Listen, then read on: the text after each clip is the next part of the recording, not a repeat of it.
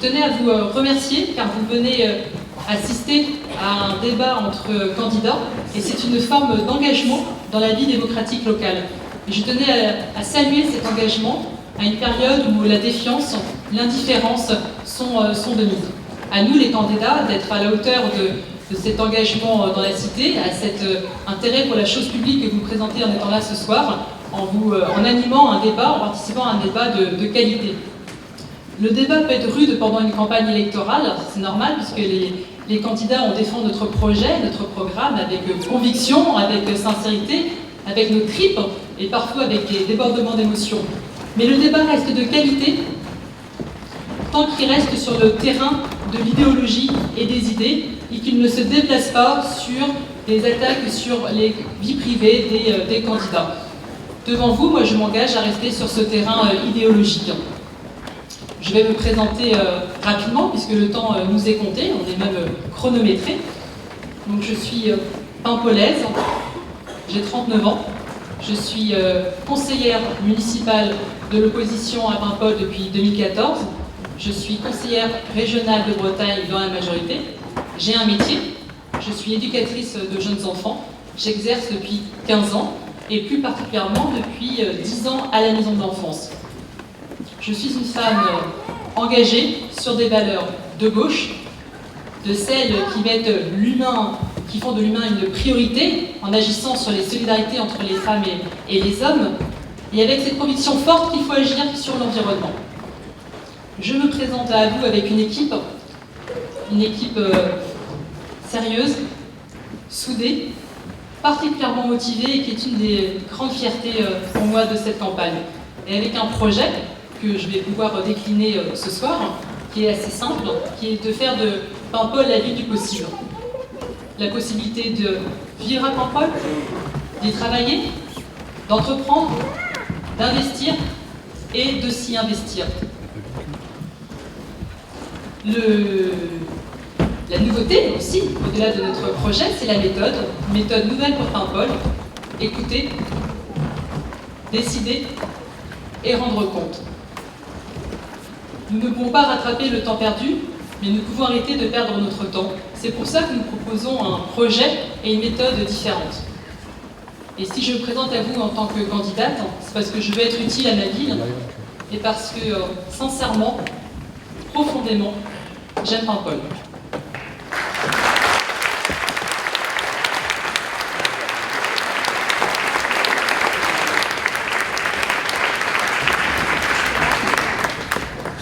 Eh bien bonsoir à toutes et à tous, et très heureux de vous retrouver à la salle des fêtes. C'est la 3e fois que je me retrouve devant vous pour un débat sur fond d'élections municipales. Eh bien c'est toujours un plaisir et un bonheur. Pourquoi ? Tout simplement parce que c'est le moment où on peut légitimer un projet public. J'y reviendrai à de nombreuses occasions et à de nombreuses reprises. L'action publique est tout le sens de l'action collective. Je ne vais pas perdre de temps à me présenter parce qu'on se connaît bien. Je sais qu'on se retrouvera avec Fanny en plus sur l'essentiel. C'est justement de savoir défendre l'action publique. Cette action publique, c'est un conseil municipal qui prend des décisions avec vous et qui prend aussi des décisions en votre nom. Et c'est tout le sens de ces élections-là qui ne sont pas celles d'une femme ou d'un homme, qui sont bien l'élection d'une équipe. Alors l'équipe, je félicite celles et ceux qui s'engagent, même la concurrence. Je félicite aussi, bien sûr, et avant tout, celles et ceux qui ont choisi de participer à la préparation de ce débat et se retrouver aujourd'hui à pouvoir échanger, idée contre idée, projet contre projet. Je pense que c'est tout le sens de cette action publique dont on a besoin. Alors je me dois simplement, pour compléter ton mot de bienvenue à la salle des fêtes, Fanny, tout simplement de saluer mes prédécesseurs qui sont présents dans la salle. Je vois Paulette Capri, qui est là, du côté droit pour moi, mais je pense gauche dans son cœur. Je vois Jean-Paul Pochard, côté gauche, physiquement. Tu es là, Jean-Paul, je t'ai aperçu tout à l'heure. Et bien sûr, aussi peut-être côté droit dans son cœur. Mais je ne pourrais pas poursuivre ou introduire ce débat sans avoir une pensée pour quelqu'un qui a été présent aux 2 précédents. Quelqu'un qui, évidemment, a compté beaucoup dans l'histoire de Paimpol, et c'est bien sûr aussi Monsieur Max Cavien. Et je sais que, quand je parle de l'essentiel, Fanny, nous nous retrouverons aussi dans l'hommage à cette personne et à cette période. Voilà tout simplement, troisième débat, deuxième fois que tu es candidate contre moi, première fois que nous débattons ensemble, 3, 2, 1, allons-y pour un débat serein, enthousiaste et qui porte cette action publique collectivement. Merci.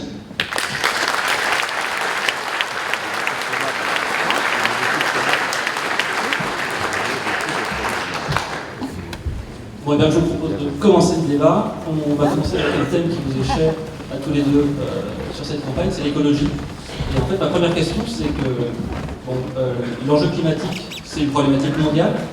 Et nous, on se demandait que peut faire une commune pour répondre à cet enjeu et surtout, quelle sera la principale mesure qui sera mise en place à Paimpol une fois demain le vidéo sera élu. Je suis contente d'apprendre que c'est un sujet qui nous tient à cœur à tous les deux, puisqu'effectivement il y a urgence à agir d'un point de vue écologique. Alors, nous avons l'habitude de parler de la transition écologique, ce n'est qu'un concept, la transition écologique. Notre responsabilité à nous en tant que candidats et à notre équipe en tant que futur maire et élu en gouvernant sur la ville de Paimpol, c'est de proposer des mesures concrètes. Clairement, sur l'écologie, il y a plusieurs domaines de compétences, sachant qu'il faut rappeler d'un point de vue purement pédagogique, comme je suis la première à répondre, je prends ce temps, c'est que la compétence écologique est une compétence communautaire et que la question qui se pose, c'est comment nous pouvons agir en tant que commune. Sur la compétence écologique, il y a plusieurs sujets. Il y a celui des déchets, il y a celui de la qualité de l'eau, il y a celui de la mobilité, il y a celui, effectivement, après on va parler aussi de l'habitat, de la rénovation, de la réhabilitation de l'habitat. Si la question elle est comment nous on peut agir au niveau communal, je dirais qu'il y a trois actions possibles. La première, c'est celle de la prévention, de l'information. Nous devons, notre responsabilité est de nous engager d'un point de vue préventif auprès des écoles, mais également des citoyens, avec des mesures concrètes qui existent, en partenariat, j'en vois un certain nombre ce soir, les associations, mais aussi les enseignants. Le deuxième champ d'action, sur les mesures plus concrètes, ça va être d'accompagner les compétences qui sont communautaires. Je pense par exemple aux déchets. Si effectivement c'est une compétence communautaire, au niveau communal, nous pouvons prendre des mesures et faire preuve d'initiative, par exemple sur les composts communaux, etc. Nous avons eu le plaisir de travailler avec le pacte de transition. Il existe un certain nombre de mesures qui peuvent être prises à notre niveau. Après, ce qui est important quand nous sommes en charge au niveau de la commune, c'est d'accompagner surtout les particuliers dans leur changement. C'est de proposer par exemple un accompagnement sur la réhabilitation de l'habitat du particulier. Mais surtout, les élus, nous devons être exemplaires. Nous avons, nous, par exemple, pour objectif de baisser de 30% la réduction énergétique des bâtiments communaux. Nous ne pouvons pas dire aux autres ce qu'ils doivent faire si nous ne prenons pas nos propres responsabilités. Sur l'écologie, nous avons aussi tout un projet de développement de pistes cyclables. Pourquoi les pistes cyclables? Si effectivement ça agit sur la mobilité, c'est aussi sur Paimpol, ça répond à un véritable besoin. Nous avons rencontré un grand nombre de familles qui n'ont pas de véhicule, qui n'ont pas la possibilité de se déplacer avec une voiture, ou en tout cas avec le voiturage, ou en tout cas ici on n'a pas encore le TER, donc des personnes qui ne peuvent pas se déplacer, qui peuvent se déplacer en vélo. Les pistes cyclables, pour l'instant, il est difficile de circuler en vélo à Paimpol et la notion de sécurité est même remise en question à Paimpol. Il y a certains endroits où il n'est pas possible de circuler en vélo sans se mettre en danger. Donc nous proposons un véritable plan d'aménagement urbain avec des axes très forts qui vont aussi desservir l'ensemble des quartiers ruraux. Mais sur l'écologie, nous pouvons aller beaucoup plus loin. Nous avons aussi des projets de circuits courts, de travailler avec les producteurs locaux. Nous avons aussi un projet très fort qui est de ne pas consommer les terres agricoles, de préserver la biodiversité. Voilà quelques axes qui seront développés. Vous retrouverez dans le document que nous avons donné de façon plus exhaustive. La transition écologique, Fanny, tu parles de concept. Je pense qu'on peut se mettre d'accord sur le fait que c'est une réalité. Et c'est pour ça, il y a parfois beaucoup de pessimisme, mais on vit une époque extraordinaire. L'humanité est confrontée à un des plus beaux défis de son histoire.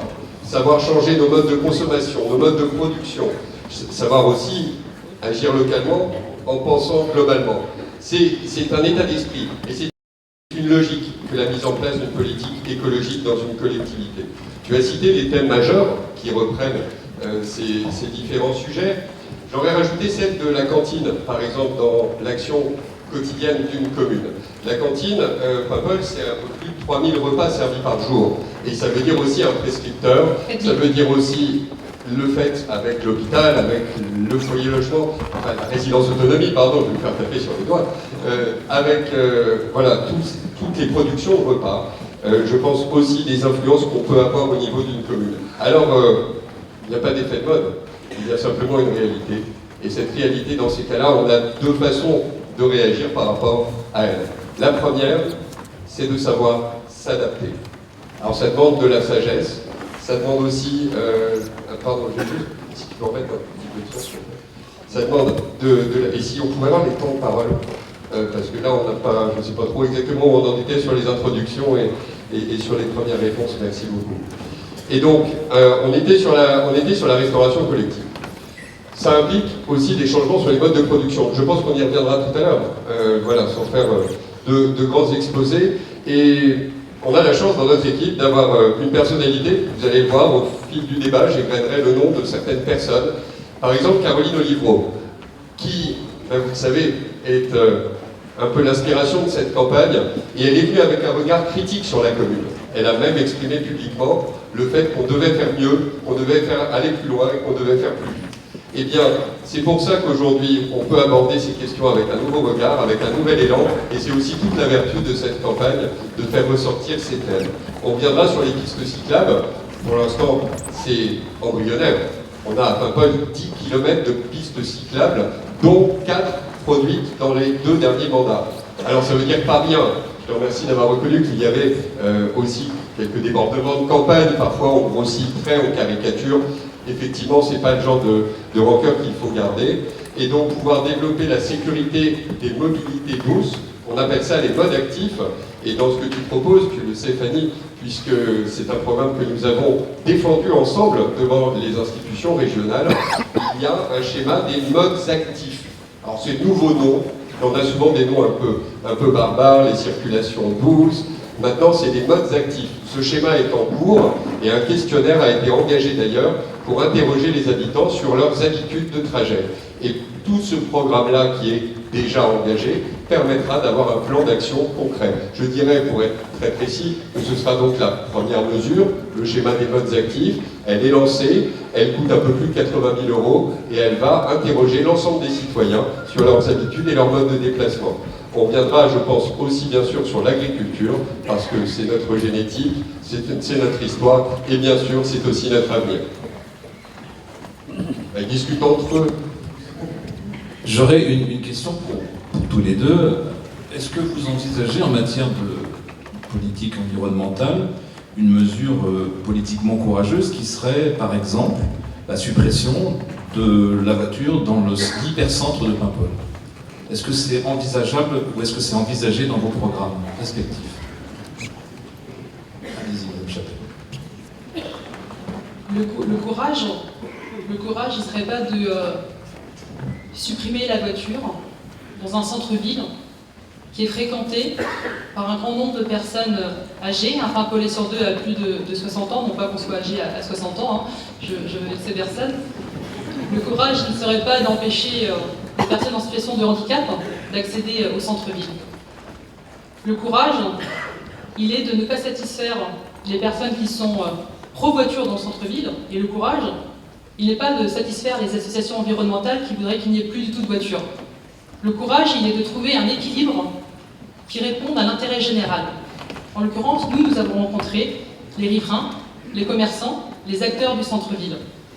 Ce qu'ils nous demandent, c'est effectivement que les touristes puissent se balader en toute sécurité, puissent flâner dans le centre-ville pour pouvoir consommer. Mais ce qu'ils demandent, c'est aussi que les personnes âgées, en difficulté, pour qui c'est plus difficile, puissent aller dans le centre-ville pour pouvoir consommer un petit peu tous les jours, pour pouvoir discuter, pour pouvoir créer du lien social. Et du coup, la voiture, ce qu'ils nous demandent, c'est de réfléchir au stationnement minute, au zonage, au phasage. Peut-être qu'on peut évoluer dans l'année, peut-être qu'entre le 15 juillet et le 15 août, on peut faire quelque chose qui soit différent de l'hiver ou des périodes scolaires. Donc le courage, il est de trouver un juste équilibre entre la culpabilité de l'empreinte carbone et effectivement d'agir pour l'environnement. Très concrètement, très précisément, non, il ne faut pas que le centre-ville, l'hypercentre de Paimpol devienne piéton. Il l'est déjà une demi-journée par semaine. Et quand j'avais dit ça, on m'a dit, de quoi tu parles? Eh bien, ça s'appelle le marché. Et vous le savez, le marché, c'est un bon moment où, effectivement, on peut justifier de piétoniser le centre. Quand il y a la corrida, quand il y a des événements sportifs, quand il y a des événements comme la braderie, quand il y a des événements commerciaux, des animations municipales, Noël, oui, autant d'occasions de piétoniser le centre, mais pas à l'année. Quant à la nature des places de stationnement, c'est un débat extrêmement récurrent, bien sûr, avec les commerçants. On se rencontre très régulièrement pour essayer d'arbitrer. Plus de places minutes, c'est une évidence. Mais il y a surtout un dispositif pour lequel il va falloir se battre et que nous proposons très concrètement aussi d'étendre autour du port. De plus en plus, dans le port, vous voyez, il y a des terrasses de bistrot qui ne sont pas rattachées au bistrot. Donc ça veut dire qu'en plus, les gens qui travaillent traversent la rue. C'est pas que pour les touristes, hein, on en profite tous à l'année. Eh bien, la zone de rencontre répond à cet impératif-là, mais ça implique une prise en compte par les automobilistes du fait qu'on doit privilégier le plus faible. Ça veut dire que le piéton est prioritaire, le vélo, le deux roues suit, et la voiture attend. Alors c'est jamais facile, quand on est au volant, on est souvent impatient, et quand on est piéton, on voudrait bien avoir la paix. L'apprentissage de la zone de rencontre, je pense, est une des clés de l'avenir. Alors, je reviens quand même sur les voies douces et notamment les pistes cyclables. Où est-ce qu'elles vont être installées? Combien ça coûte? Et de quel type de pistes cyclables on parle? Parce que c'est vrai qu'il y en a plusieurs. Alors là, c'est aussi toujours une recherche de compromis. Et tout le sens de l'action publique, que j'ai introduite tout à l'heure, est de savoir marier des intérêts souvent contradictoires. L'automobiliste ne veut pas faire de détour, mais le cycliste, ouais, c'est plus facile. Hein. Restez sur le cycliste. Le cycliste, lui, il veut aussi pouvoir circuler dans des voies adaptées. Les normes sont contraignantes. Une piste cyclable à double sens, dans l'idéal, c'est 2,40 m. Même une association, qu'on connaît bien, demande 2,60 m. Donc, il est bien entendu qu'on ne pourra pas doubler l'infrastructure communale. On a 140 km de voies, on ne pourra pas les doubler. Donc combien ça coûte? Une fortune si on veut réaliser cela. Alors il y a des solutions intermédiaires, ce qui a été fait à Malabry. Malabry, on peut dire précisément qu'il y a eu plus de 600 mètres de voies, comme d'ailleurs le long de l'avenue de Garlande, sur plus de 1260 mètres, avec un coût minime. Mais ça n'est pas les mêmes revêtements que sur la route. Donc demain, pour faire mieux, il faut prendre exemple sur ce qu'on a fait dans le quartier de Bel-Air, c'est-à-dire définir des sens uniques de circulation et mobiliser une des voies pour faire des pistes cyclables. C'est tout le sens du réaménagement du quartier de Carnoat, avec des nouvelles circulations douces qui pourront parcourir le quartier, comme d'ailleurs dans le quartier de logement locatif social, comme d'ailleurs autour de ce secteur-là, parce que vous connaissez tous l'endroit extrêmement agréable pour se promener avec sa famille, ses enfants, ses amis à Paimpol toute l'année, comme pour nos visiteurs. Ça va de Beauport jusqu'au Lénano, la grande plage de Plounaise. Et donc pour pouvoir faciliter ces circulations-là, finalement le budget c'est de la peinture, puisque et des quelques panneaux de signalisation, allez on va dire pour 30 000 €, on peut développer 30 km de pistes cyclables sécurisées extrêmement rapidement.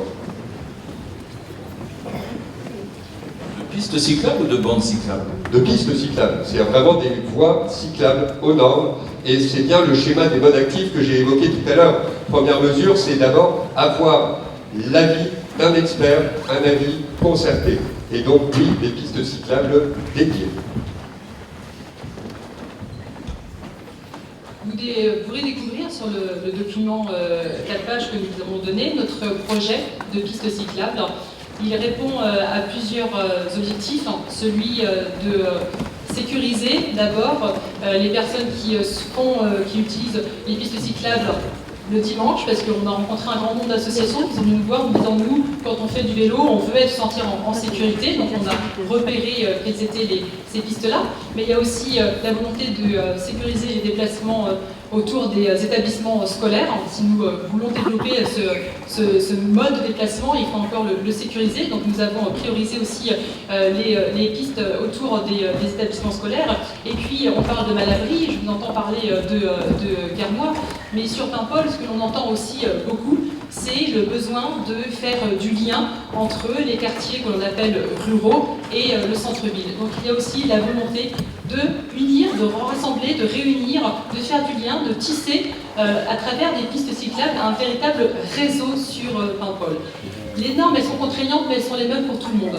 Ça veut dire que les normes ne sont pas plus contraignantes à Paimpol qu'ailleurs. Et ailleurs, ça fait longtemps qu'on le fait. Ça fait longtemps qu'on voit des pistes cyclables qui sont développées. Donc les normes seront les mêmes pour nous. Par contre, il faut savoir faire preuve d'innovation. Et il y a effectivement, quand on est limité sur la largeur, eh bien, il y a le vélo qui est prioritaire.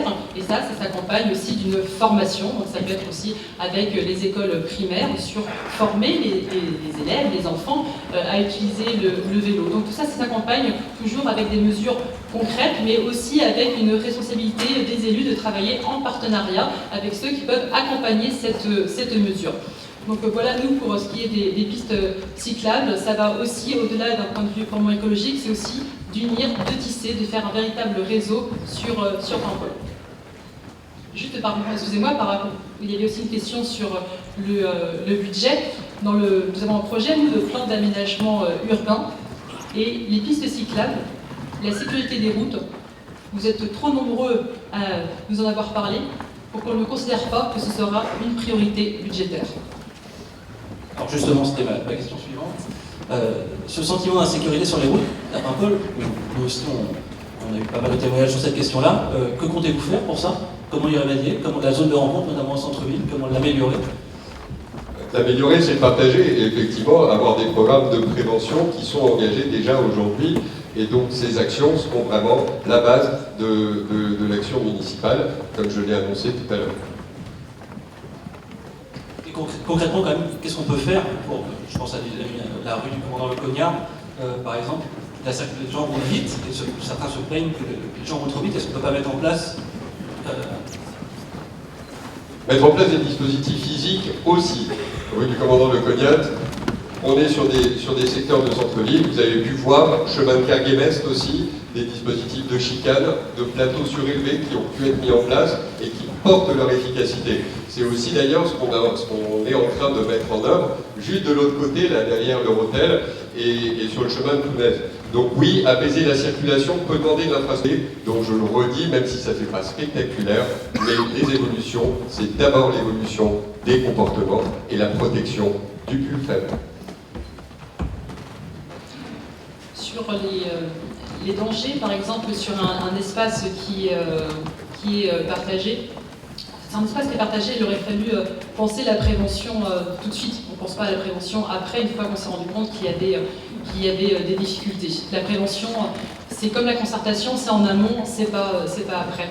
Il y a quelque chose qui est important, il existe, on les connaît, les aménagements urbains, ça peut être les chicanes, ça peut être alors je ne sais jamais si on dit signalétique ou signalisation, je ne sais pas si on fait un débat pour ça ce soir, on va dire sur les panneaux. Il existe plusieurs types d'aménagements urbains, mais moi ce que j'ai découvert, c'est que dans les conseils de quartier, bien qu'ils ne soient pas ouverts, il y a quand même quelques personnes qui sont présentes, les usagers sont les plus à même de nous faire remarquer où est le danger et de nous donner des idées. C'est-à-dire que l'innovation, souvent, elle vient de l'usager. Donc les associations qu'on a pu rencontrer, de Sainte-Barbe, Guériti, qui est aussi touchée par une traversée comme ça, dans laquelle ils ont l'impression qu'en tout cas, ils sont en danger, ou que ce soit sur la place du Martret, ce sont les usagers qui ont des idées innovantes pour effectivement prévenir le danger et faire en sorte qu'on agisse différemment. Il y a aussi la possibilité de remettre en question ce que l'on a fait, de remettre en question la situation telle qu'elle existe. Effectivement, il y a plusieurs endroits identifiés à Paimpol où on arrive en virage un peu trop vite. Et quand on parlait de se sentir en sécurité quand on déambule à Paimpol, il n'est effectivement pas possible de se promener avec son enfant et d'avoir cette idée qu'on ne pourrait pas le lâcher 2-3 secondes parce qu'une voiture arriverait trop vite. Donc l'idée dans ces cas, c'est de remettre en question l'aménagement tel qu'il a été fait et de proposer avec les usagers des aménagements plus adaptés. Nous avons reçu plusieurs courriers de lecteurs qui vous demandent de candidat, pourquoi la ville ne met pas en place un système de minibus gratuit comme dans certaines villes de l'Ouest? Pas dans les Côtes-d'Armor, mais à Pardinan peut-être, mais en Ille-et-Vilaine. Et Rose-Guérec a un système qui s'appelle alors je m'engage, je ne me souviens plus du nom. Ils ont un système de minibus gratuit déjà. Est-ce que Fanny a excuse-moi. Les minibus gratuits, donc c'est une idée qui est extrêmement intéressante, qui peut être aussi, et nous on le pensera aussi au niveau de l'agglomération. C'est-à-dire que le minibus gratuit peut avoir un périmètre communal, mais aujourd'hui on sait très bien que le périmètre il dépasse bien évidemment celui de Paimpol. Donc l'idée c'est de travailler en partenariat avec les communes voisines, avec les élus voisins, pour voir quels sont les axes forts, sur quels axes on pourrait travailler le développement d'un minibus, d'une navette. Et puis, effectivement, l'idée est très intéressante et nous avons cette idée-là, nous, dans notre projet sur les mobilités et sur les transports, c'est aussi de proposer des navettes à la carte. On sait sur Paimpol qu'un grand nombre de personnes ont envie le soir d'assister à une conférence, de se rendre à une activité, mais voilà, combien de personnes nous ont dit « moi je n'ai pas envie de conduire de nuit ». Voilà, moi je n'ai pas envie de me déplacer à partir d'une certaine heure toute seule. Donc l'idée que l'on propose, c'est de proposer une activité aussi, on en proposera, mais une navette à la carte sur le principe d'inscription. Il y a des besoins, on nous en a fait part, donc on sait que c'est quelque chose qui pourrait être tout à fait intéressant. Il y a 3 sujets dans votre sujet. Le premier sujet, c'est celui du transport collectif. Alors il y en a, et on a d'ailleurs fait plus original que ça, puisqu'on avait développé ce Véliport. Vous avez peut-être pu le voir, ces triporteurs qui faisaient le tour du port, et ces petites navettes qui sont bien pratiques quand on doit se garer au champ de foire. Mais demain, la liaison essentielle, qui sera effectivement portée par l'agglomération, c'est la liaison entre Bréhec et l'Arc-Ouest. C'est un axe fondamental, parce que là je vais me fâcher avec tous les Plouézéquiens, mais la plus belle plage de Paimpol, c'est Bréhec. Et bien sûr, Paimpol, c'est les ports de Bréa, donc il faut pouvoir rejoindre l'Arc-Ouest. C'est à l'étude, c'est déjà engagé, donc au niveau de ce transport public, c'est le cas. Alors la gratuité, non. J'y serais opposé, je me pose la question.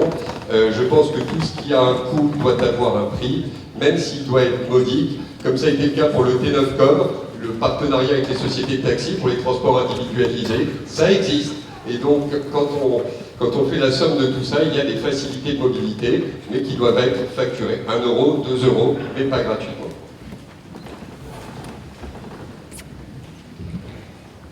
Alors, je vous propose de changer un petit peu de thème. On va parler un petit peu de sécurité, ce sera très rapide. Ma première question, alors c'est pour vous, Jean-Yves de Chesmartin, revenir, vous avez fait le choix d'installer des caméras de vidéoprotection, peut-être le rappeler en quelques mots, et surtout, est-ce que c'est un dispositif qui va être accentué à Paimpol? Ah ben comme quoi, non seulement on s'est écouté, non seulement on s'est travaillé en équipe, mais on s'est même changé d'avis. J'ai jamais été très enthousiaste sur l'usage de caméras de vidéoprotection. Pourquoi changer d'avis? Parce que, évidemment, en 10 ans, le monde a changé. Mais aussi parce que, bien, preuve en est, plusieurs communes se sont équipées et ça fonctionne bien. Les 3-4 caméras qui ont été placées dans les rues du centre-ville et celles du port ont démontré déjà leur efficacité. Donc le dispositif a vocation à être généralisé dans toutes les places sensibles, là où il y a du stationnement, bien sûr toujours autour du port, ainsi que dans les rues piétonnes. C'est la garantie de plus de tranquillité publique et ça montre que c'est efficace. Donc la réponse est clairement oui. Le système de vidéoprotection, c'est un outil. Un outil qui est au service d'un projet, d'un objectif. L'objectif, nous, moi j'ai pu regretter que nous n'ayons pas ce débat lors du conseil municipal de la rentrée, parce que l'objectif, il est lequel? Est-ce que c'est lutter contre la délinquance? Si oui, quelle délinquance? Parce que délinquance, il en existe plusieurs sortes. Est-ce que c'est agir contre les incivilités? Quelle sorte d'incivilité? Est-ce que c'est pour protéger l'équipement? Est-ce que c'est pour protéger le matériel? Ou est-ce que c'est pour protéger les personnes qui se promènent et qui se sentent en insécurité? Donc posons d'abord l'objectif et puis après, effectivement, l'objectif il se pose aussi en fonction d'un diagnostic. C'est-à-dire que nous n'avons pas eu, dans l'opposition, lors du conseil municipal, parce qu'il n'y a pas eu de débat, nous n'avons pas eu de diagnostic posé. C'est-à-dire est-ce qu'il y a une courbe d'évolution de la délinquance? Est-ce qu'il y a un ressenti? Est-ce qu'il y a des faits? S'il y a des faits, il faut effectivement agir. Et si la vidéoprotection est un outil utile, oui, bien sûr, oui à la vidéoprotection. Nous, l'idée, c'est aussi, ça fait partie de notre méthode, c'est-à-dire que quelque chose qui sera remis en place, régulièrement, on fera un point pour juger de son efficacité ou pas. Donc là, l'idée, c'est, dans quelques mois, nous ferons un point avec les forces de l'ordre, mais pas que, aussi avec les riverains, avec les personnes qui travaillent au centre-ville, avec aussi des associations qui ont réfléchi au sujet, sur effectivement, est-ce que ça a eu un impact positif sur le sentiment de sécurité? Est-ce que ça a eu un impact positif pour les forces de l'ordre? Alors, il faut aussi rajouter que les vidéoprotections, si c'est un pouvoir dissuasif, a priori, ça permet aussi de résoudre un certain nombre d'enquêtes. Donc, une fois qu'on a fait un point, là, on pourra décider ensemble de la prolongation ou pas de ce dispositif et pourquoi pas de son déploiement s'il s'est avéré utile. Alors, je peux compléter une seconde parce que là, je pense que c'est nécessaire. Oui, mais juste, est-ce qu'on peut avoir le coût des caméras et combien ça coûterait de détendre le dispositif? On peut dire que pour l'équipement de toutes les places sensibles, on sera autour de 80 000 € après autorisation de la préfecture, puisque c'est l'État qui donne l'autorisation de filmer ou pas. Et heureusement, c'est très encadré. Il n'y a pas de vidéosurveillance à Paimpol, on ne surveille pas en permanence. Donc voilà, ce qui a été dépensé là jusqu'à présent, ça monte à 30 000 € avec un déport vers la centrale de gendarmerie. Pourquoi je dois réagir quand même à tes propos, Fanny, c'est que le comité local de prévention de la délinquance, le CLSPD-R maintenant et CISPD-R pour ce qui est de l'action communautaire, a travaillé sur ces diagnostics. Et on a tout simplement un critère de qualité, une mesure d'évaluation très précise qui est le niveau de la délinquance. Alors je ne peux pas encore vous donner les chiffres précis puisqu'ils seront communiqués après les élections par la gendarmerie. Et ben, je peux vous annoncer d'ores et déjà qu'ils seront bons et que l'effet caméra est efficace. Donc on est en mesure de savoir prendre des décisions. C'est aussi ça le sens de l'action publique.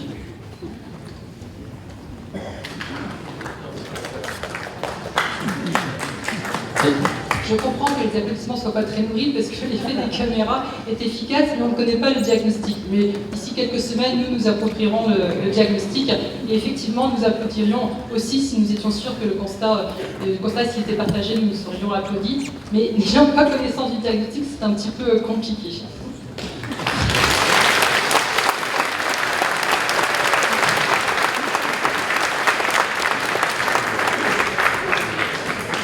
On va rester dans le centre-ville et on va parler de son dynamisme. Tous les deux, vous envisagez de mettre un manager de centre-ville pour accompagner les commerçants. Est-ce que vous pouvez nous en dire un peu plus sur ce dispositif? Et concrètement, qu'est-ce que ça va changer pour la vie commerçante? Oui, alors le manager, alors je me suis fait reprendre, donc animateur du centre-ville. Alors ça n'a rien finalement de très innovant, ça existe quasiment partout ailleurs, hein, ça existe depuis très longtemps, depuis de très nombreuses années dans d'autres villes. Donc là on n'est pas innovant, on a juste été voir ce qui se faisait ailleurs et de fait ça n'existe pas à Paimpol, bien que c'était je crois un point de votre programme, je crois, de 2014. Toujours est-il que nous partons donc sur l'idée d'un animateur de centre-ville. Alors, juste un point de vue, c'est important d'expliquer, c'est pas quelqu'un qui s'improvise animateur du centre-ville, c'est un métier. Il existe des diplômes universitaires de manager du centre-ville. Alors, le rôle, c'est effectivement de travailler sur l'attractivité du centre-ville, et c'est pas de faire du copier-coller de ce qui existe ailleurs, c'est bien de partir d'un diagnostic précis de Paimpol. En l'occurrence, nous n'avons pas prétention à être des professionnels, nous avons commencé quand même à faire une petite étude sur l'attractivité du centre-ville. Nous avons dégagé deux piliers, deux axes forts. Le premier, c'est de travailler sur la redensification, sur les logements vacants. Il y a 550 logements vacants dans Paimpol et une grande partie dans le centre-ville. Alors il existe aussi des bureaux d'études privés dont c'est la compétence de travailler sur les logements vacants. Donc l'idée c'est effectivement de se dire comment on peut réhabiliter, redensifier le centre-ville. Un centre-ville qui n'a pas d'habitants, c'est un centre-ville qui se meurt. Donc il faut remettre des habitants dans le centre-ville. Et cet animateur, il a pour mission de coordonner l'ensemble des personnes qui sont concernées, donc aussi bien les commerçants et les riverains, de travailler en co-construction avec ces personnes concernées sur des politiques d'animation culturelle, sur des politiques, on va dire d'animation, après ça peut être festival, ça peut être l'hiver, enfin voilà, en tout cas de co-construire et puis d'être au plus près du coup des besoins. Et puis pour l'animateur du centre-ville, il a des outils, hein. On en a parlé tout à l'heure, ça va être de travailler sur, par exemple, la circulation, le sens de la circulation, sur l'éclairage, sur les lumières.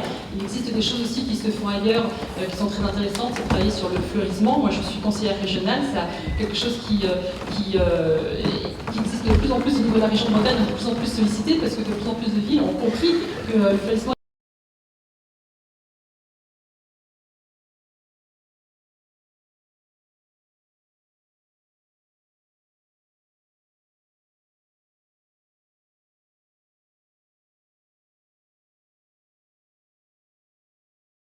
était quelque chose d'intéressant et que c'était un des points voilà, qui permettent de rendre attractif un centre-ville. En tous les cas, ce manager, cet animateur, il a pour rôle de coordonner, de repérer les besoins et d'être force de proposition. Effectivement, rien d'original dans le dispositif, hein. C'est un dispositif assez général qui fait partie. Alors je vous invite à regarder sur le site de la commune de Paimpol, c'est votre commune, c'est notre commune, et l'opération Cœur de Ville a été votée. Il y a déjà au moins 3 conseils, plus à 2 reprises on a validé le plan de financement et les opérations prévues. Alors pourquoi je vous invite à aller le consulter? Parce que c'est effectivement un engagement qui a été contractualisé avec l'agglomération et la région, et donc tout est très clairement et explicitement écrit depuis déjà des mois. C'est très bien que ça ressurgisse pendant la campagne, mais je ne suis pas sûr que ce soit un sujet de discussion entre nous, puisqu'on a porté encore une fois ce dossier ensemble, et heureusement, puisqu'il promet plus d'actions sur l'animation commerciale aussi. Et je voudrais juste insister là-dessus, parce que depuis que je suis maire de la commune, j'ai vu s'épuiser 5 équipes dans l'animation de l'Union des commerçants. Et alors quand je dis s'épuiser, c'est à la fois moralement et physiquement. Pourquoi? Parce que engager des dynamiques collectives, c'est effectivement un métier à part entière. Et malgré toute l'énergie des élus et toute la volonté de la commune de les accompagner, il y a eu parfois, même souvent, peu de résultats et au bout d'un moment, des responsables qui n'en pouvaient plus. Et donc, le premier rôle, je pense, le plus important du manager demain, l'animateur, sera bien d'apporter des moyens humains et matériels concrets à l'Union des commerçants, parce que vous avez vu maintenant, mais dès qu'il se passe quelque chose en ville, dès qu'il y a une course, un spectacle de rue, dès qu'il y a une pièce de théâtre, dès qu'il y a des jongleurs, des cracheurs de feu, mais ça fait un carton. Ça fonctionne non seulement pour les commerçants, mais aussi pour nous, et c'est ce qui rend notre vie particulièrement agréable.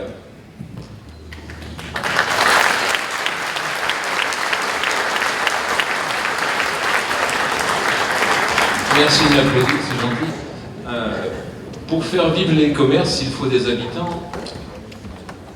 Et comment comptez-vous attirer les habitants, de nouveaux habitants à Paimpol? Est-ce que vous comptez implanter de nouvelles entreprises? Comment faire pour attirer les entreprises qui créent de l'emploi et donc qui amènent des habitants? Si on commence par moi, très bien. Là, de la même façon, sur l'emploi et l'habitat, l'effort est porté. Il est porté parce que, contrairement à ce que tu as dit tout à l'heure, c'est pas un manager de centre-ville qui va définir les secteurs de densification de l'habitat au centre-ville. Ce qui va être fait, c'est ce qui est l'étude portée par Cibles et Stratégies qui a déjà dit voilà les secteurs où on peut avancer. C'est aussi la réflexion sur les documents d'urbanisme de l'agglomération. Pouvoir porter des projets de développement de l'habitat au cœur de ville. Effectivement, pour avoir des commerçants, il faut avoir des clients. Et les cessions qui ont été faites, l'emploi du foncier public, la ville de Paimpol a, notamment grâce à la municipalité de Colette-Capri, eu beaucoup d'hectares disponibles. Elles servent d'abord pour l'habitat et le logement. Dans ces cessions-là, 50% de logements aidés abordables et pas chers, notamment pour nos jeunes, 50% sur des programmes privés qui parfois peuvent être plus onéreux. C'est la promesse de ramener de la jeunesse et de l'activité. Sur les entreprises, là c'est tout un enjeu et je peux vous dire que maintenant je respire. 2008, on a à peine été élu et là patatras, la crise. On l'a tous connue. Paimpol l'a traversée et Paimpol l'a traversée mieux que les autres. Elle l'a traversée parce qu'il y a eu néanmoins des commerces qui sont restés.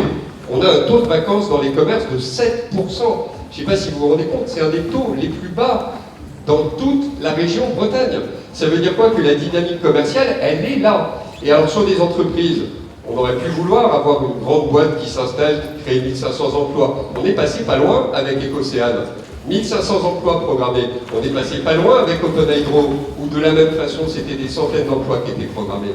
Malheureusement, ils n'ont pas abouti.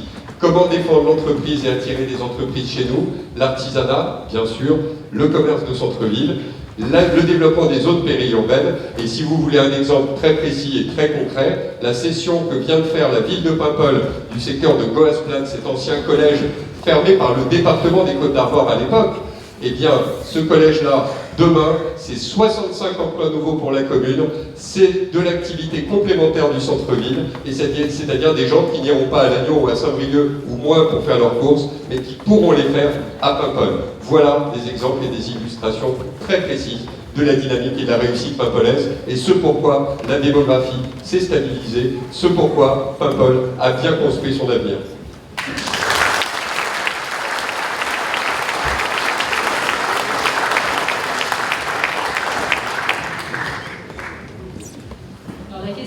Sur les habitants, non, la population de Paimpol ne s'est pas stabilisée. Hein. Paimpol a perdu plus de 600 habitants ces 10 dernières années.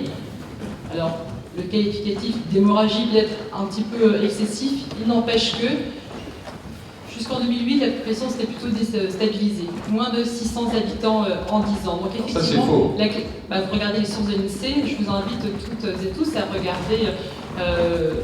Tapez INSEE, démographie, Paimpol, et vous verrez qu'il y a plus de moins de 600 habitants en 10 ans à Paimpol. Moi, qu'on remette en question les sources de l'INSEE, mais je ne crois pas que ce soit le sujet. Toujours est-il que nous perdons effectivement de la population. Donc la question de l'habitant, effectivement, elle est un des enjeux principaux, un des axes majeurs de notre programme. Ce n'est pas parce qu'on est en campagne électorale qu'on va faire des promesses que nous ne pourrons pas tenir.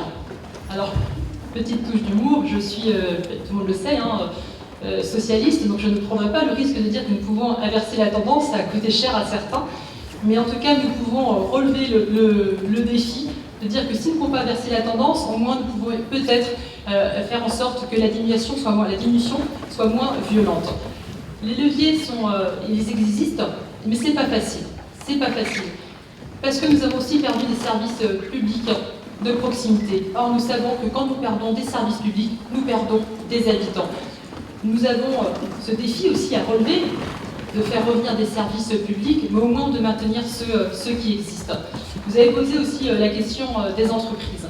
Une entreprise, on le sait, plus elle est grosse, moins finalement elle est créatrice d'emplois. Parce qu'il y a, c'est simplement une question de surface, plus elle est grande, moins il y a d'employés à y travailler. Donc plutôt que de viser, ou d'avoir pour objectif de faire venir des grosses entreprises, nous avons le projet plutôt de faire venir des petites et moyennes entreprises. Il y a la fibre optique qui est en train de se déployer, qui sera aussi un atout pour faire venir les entreprises. Et puis celles que nous avons rencontrées, elles nous ont aussi parlé de la gare, qui peut être un bon moyen intéressant en tout cas pour eux. Mais ce qu'elles nous ont demandé aussi, ces petites entreprises, c'est explorer la possibilité d'organiser des séminaires à Paimpol. À ce jour, ce n'est pas possible.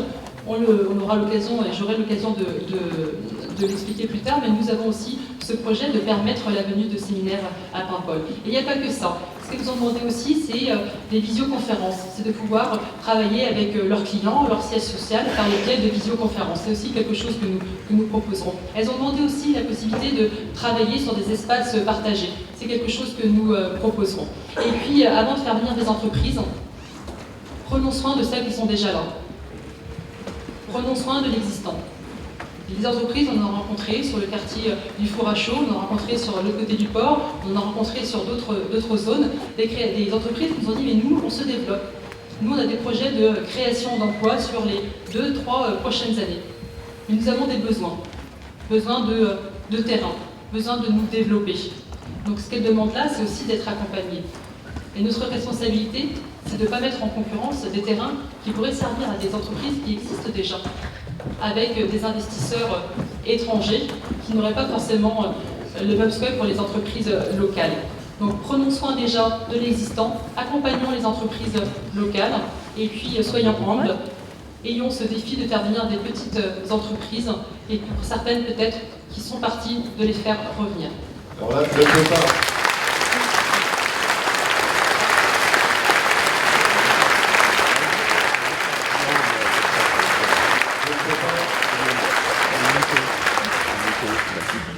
Je je ne peux pas ne pas réagir en 3 phrases. Sur la démographie, oui, Paimpol a perdu des habitants. Il y en a eu même depuis 1975, précisément 1004. Depuis 1975. Pas depuis 2008. Donc si on a l'honnêteté de regarder ces courbes, toutes les communes ont perdu des habitants, toutes les petites villes centres ont perdu des habitants au bénéfice des villages qui les entourent. J'ai dit village, je vais peut-être encore me fâcher avec nos voisins, mais c'est pas pour grossir le trait, c'est que c'est juste une réalité démographique. Mais Guingamp, qui est cité en exemple, notamment par un de tes colistiers, Fanny, Guingamp, dans cette période-là, a perdu 2389 habitants. 1000 à Paimpol, 2389 dans une commune de taille comparable. Perros-Guirec, plus de 600. Donc ça veut dire quoi? Ça veut dire que ces gens-là, vous voyez qu'ils ont disparu, mais ils ne sont pas évaporés. Où est notre génération souvent? À Plouriveau, à Ikea, à Kerfott, là où ils ont réussi à trouver effectivement du foncier moins cher, des terrains plus abordables. Ils sont dans les communes autour. Et bien moi je vous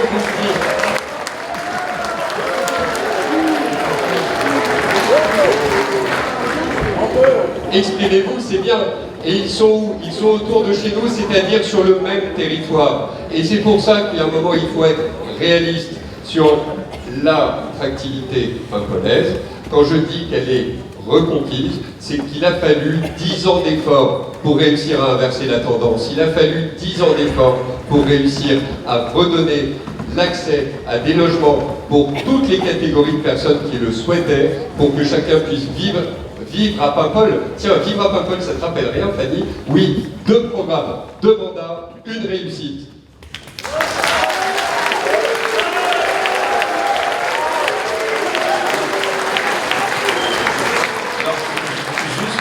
Pour départager les candidats, on a regardé les chiffres de l'INSEE. Et donc, Paimpol, 1975, 8176 habitants. 2006, 7788. 2012, 7293. 2017, 7172. Donc la 1004, non? Mais la calculatrice. Ça faisait longtemps. C'est la petite blague entre nous pendant la campagne, la calculatrice. Donc la population s'est stabilisée entre 1975 et 2008 et a chuté à partir de 2008. Stabilité, c'est faux, Fanny. Alors, redonne les chiffres, s'il te plaît. Non, c'est faux. Redonne les chiffres. Les chiffres, 2006, 7788. On se croirait à un résultat d'élection municipale. 2006, 7788, 2007, 7756, 2012, 7293, 2017, 7172. Alors, une autre question. Oui, mais tu sais, on a les mêmes chiffres avec Joël. Et une question, dans ces cas-là, importante. Mais oui, mais c'est en baisse quand même, quoi. Bien sûr que c'est en baisse. Pourquoi est-ce que les chiffres s'arrêtent en 2017, Joël? Allez, on va inverser les questions, comme ça on aura fait le tour du sujet. Les chiffres ne sont donnés que tous les 5 ans, parce que l'INSEE ne fait des recensements que tous les 5 ans. Et le dernier chiffre de l'INSEE montre la stabilisation de la population en 2018. Ça n'est pas dans Wikipédia, qui n'est pas la référence absolue. Et quand on dit que la courbe de démographie s'est stabilisée, c'est clair et vérifiable. S'il vous plaît, s'il vous plaît. Alors, accessoirement, parce qu'on est là pour parler de projet. Non mais c'est vrai, on pourrait passer la soirée sur une guerre de chiffres, je pense qu'on va vite endormir tout le monde. Quand on voit le développement des programmes immobiliers de Malabry avec 250 logements, et le développement aussi qui se fait, vous avez vu les grues qui construisent à Paimpol, les investisseurs qui sont revenus, vous avez vu comment les programmes immobiliers se développent, et bien ça c'est aussi la promesse demain d'avoir une démographie qui augmente, et ça je m'y engage, j'en prends la parole devant vous ce soir, nous pourrons le célébrer ensemble dans les 3 ans qui viennent.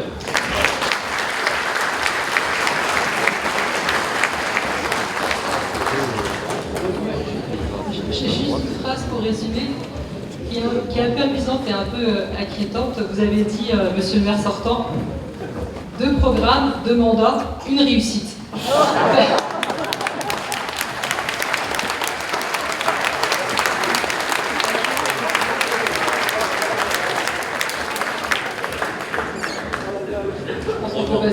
question suivante parce que... On va passer à la question suivante.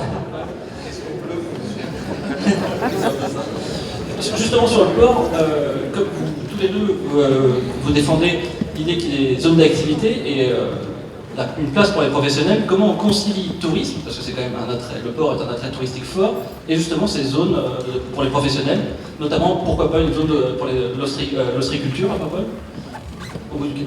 Oui.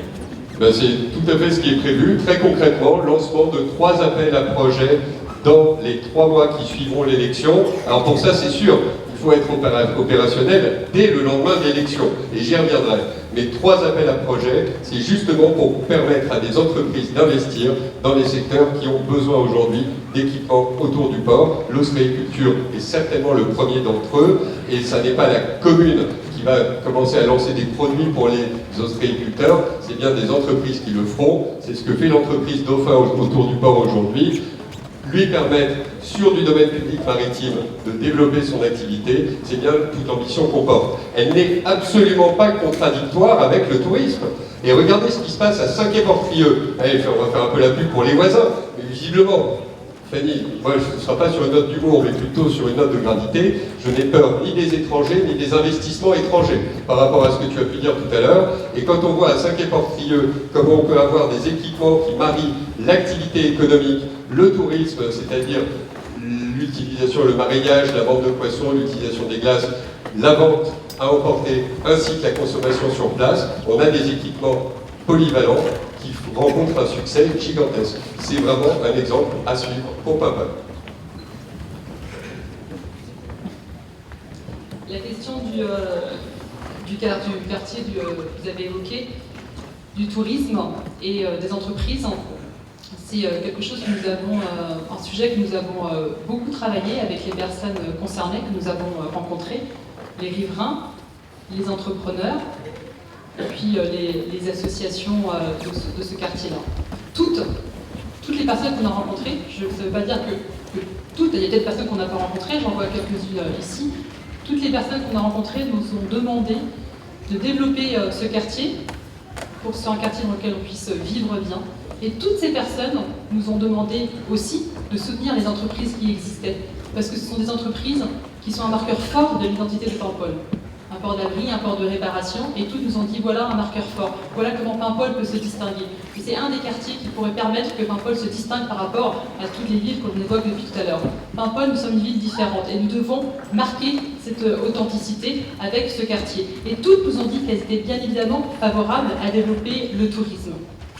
Nous avons un projet de coulée verte, voilà, il y a tout un chemin d'aménagement là que vous pourrez découvrir. Maintenant, le port, c'est un équilibre. C'est un équilibre à trouver entre les différentes activités. Alors, nous avons rencontré aussi, c'est les associations de plaisanciers, c'est aussi les sports nautiques, ce sont les entreprises. Parce que l'enjeu réel, quelque chose que vous n'avez pas réussi, monsieur le maire sortant, c'est de faire de Paimpol la façade maritime de l'agglomération Guingamp-Paimpol. Quand nous avons été sur ce périmètre d'agglomération Guingamp-Paimpol, nous avions cette promesse, nous pensions que nous deviendrions la façade maritime, ce qui n'est pas le cas. Et pour devenir cette façade maritime, c'est un des enjeux, ça va être justement de développer ce port. Et se développer ce port, une fois encore, c'est trouver cet équilibre entre cet ensemble d'activités. Donc oui, nous devons permettre, quand nous vivons à Paimpol, de regarder la mer. Et oui, nous devons avoir des projets qui permettent de développer le tourisme. Et oui, nous devons avoir des projets qui permettent de développer des entreprises à vocation maritime sur ce coin, sur ce quartier de Paimpol.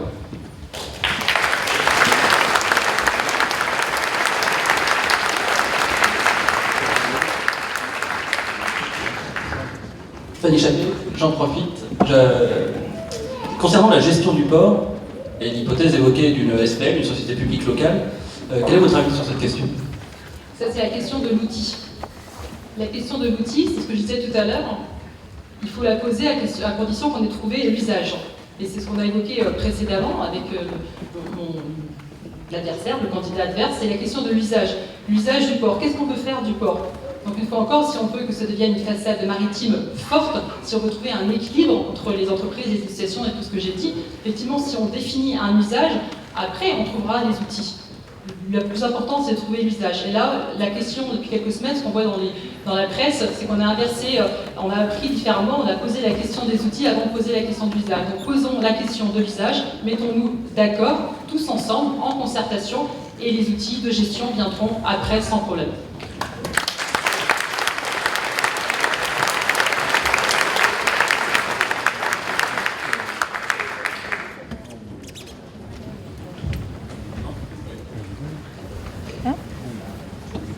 Enfin, répondre, oui, la SPL, je l'ai initié au niveau du département. Il est une évidence. Oh là, oui, madame, tout se casse la figure.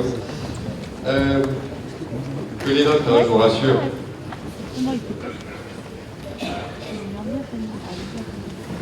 Bien. Donc la SPL, j'en étais à l'initiative au niveau du département, et donc évidemment je soutiens à la fois l'outil et la vocation. Cette vocation, elle est d'accompagner la révolution en cours dans le monde de la plaisance, et effectivement sur ces usages-là, on vient de les définir ensemble. Ostréiculture, nouvelles activités de plaisance, bien entendu le tourisme, la restauration, et l'hôtellerie ne peut pas trouver sa place en bord à quai, d'où aussi le développement de l'offre hôtelière à Goasplat, c'est-à-dire une vision d'ensemble de la commune, une vision globale, nécessaire, et mise en place à l'échelle de Paimpol, mais bien sûr de ses voisins. Le port de Paimpol ne peut pas se regarder seul comme les frontières administratives de la commune sur la démographie. Il faut voir l'évolution à l'échelle de l'ancienne communauté de communes pour se rendre compte de la stabilité des populations. Mais au-delà, sur le port, ça veut dire travailler, comme nous l'avions proposé conjointement avec Loïc Duchâtel-Garner, le port de Paimpol avec ses voisins. Il faut regarder les ports depuis la mer et pas depuis sa chapelle au niveau de la côte et du littoral. Donc c'est une belle ambition, les usages on les connaît, les outils on les crée, et c'est comme ça demain qu'on pourra avoir un engagement et un fonctionnement collectif de nos équipements portuaires. C'est le projet du département des Côtes-d'Armor, il faut le décliner à Paimpol très simplement. Alors, pour Paimpol, pour le port de Paimpol, qui participera à cette SPL et enfin, quels sont les organismes publics qui composeront d'après vous, qui devraient composer d'après vous cette SPL? Je ne sais pas si la donnée technique va passionner tout le monde, mais une société publique locale, c'est très intéressant. la SPL. Les ports sont en train de crever les uns après les autres. On regarde Binic. Je crois que le financement d'un port de commerce ou d'un port de plaisance est extrêmement important.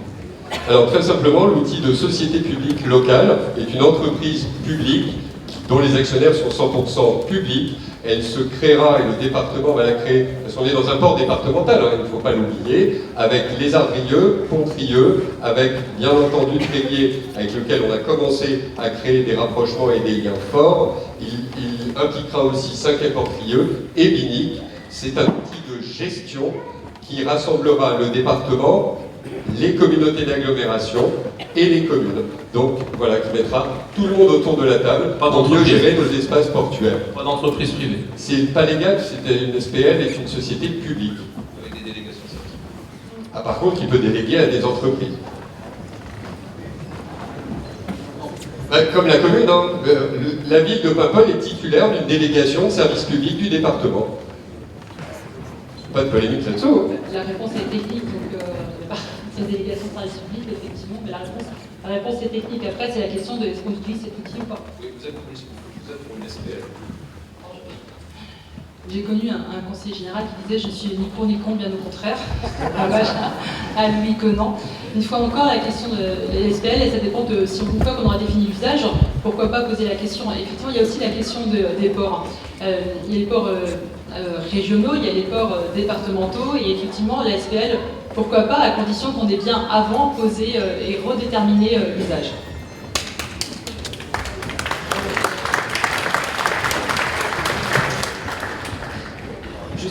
Alors, toujours concernant les aménagements du port, on va parler de cette salle des fêtes.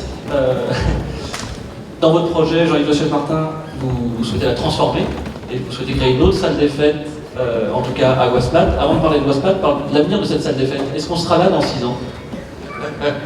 Alors dans 6 ans, j'espère qu'on pourra vous accueillir dans une véritable salle de polyvalente, donc salle des fêtes, salle de congrès plutôt, 400 places assises, 800 places debout, c'est-à-dire la même capacité que la salle des fêtes, dans un espace approprié pour recevoir de l'événementiel qui est Goasplat. il y a un emplacement prévu pour. Elle est au programme depuis 2014, nous continuons à défendre l'usage de cet équipement public demain. Ça veut dire, en fait, tout part de là. Créer un nouvel équipement qui permettra de participer au rayonnement culturel de la commune, à l'animation de sa vie d'entreprise et bien sûr au plaisir de se retrouver. Et à partir de là, il faudra trouver une nouvelle vocation pour la salle des fêtes. Nous aurons un projet à proposer, précis et concret. Rassembler la médiathèque, vous imaginez une mezzanine au-dessus de vous, des linéaires de bouquins, un vrai service public culturel avec un espace d'exposition derrière, l'office de tourisme et le musée de la mer qui pourra s'étendre dans les bassins et bien sûr faire profiter un peu sur le modèle de La Rochelle de la richesse des collections papolaises et se réconcilier avec le costume ou qui aura besoin vraiment d'être mis en valeur. Mais c'est notre histoire qu'il faut mettre en valeur et pouvoir faire de cette salle des fêtes un équipement culturel majeur où on pourra se réunir dans des plus petites conditions. C'est un très beau projet, mais nous avons choisi de changer la méthode, c'est-à-dire là pour le coup, de faire appel à votre vote, c'est-à-dire définir un cahier des charges pour l'été et organiser un référendum local l'année prochaine. Comme ça, le projet il sera incontestable et j'espère qu'il mobilisera largement les Paimpolaises et les Paimpolais qui tiennent à leur salle des fêtes comme nous.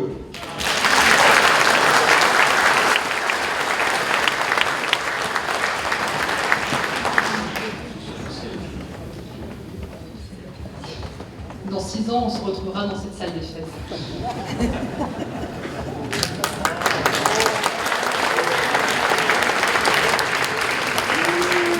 La question de la salle des fêtes, elle est très intéressante, et d'autant plus intéressante qu'elle fait du lien avec plusieurs sujets que nous avons évoqués avant.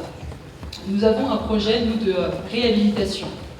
Pourquoi? Nous avons parlé d'écologie tout à l'heure. Aujourd'hui, nous savons qu'il y a urgence à chaque projet que l'on a, de se poser la question de l'impact environnemental. Aujourd'hui, on sait qu'un projet de démolition-construction a un impact plus fort sur l'environnement qu'un projet de réhabilitation. Et oui, les déchets ont un impact sur l'environnement. Donc nous allons systématiquement privilégier la réhabilitation des équipements existants.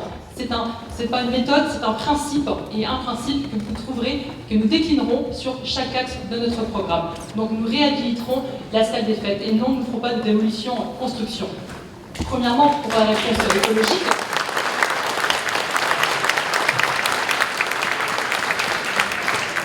Deuxièmement, pour la réponse économique, nous avons la question des finances qui sera peut-être développée là, dans la demi-heure qui nous reste.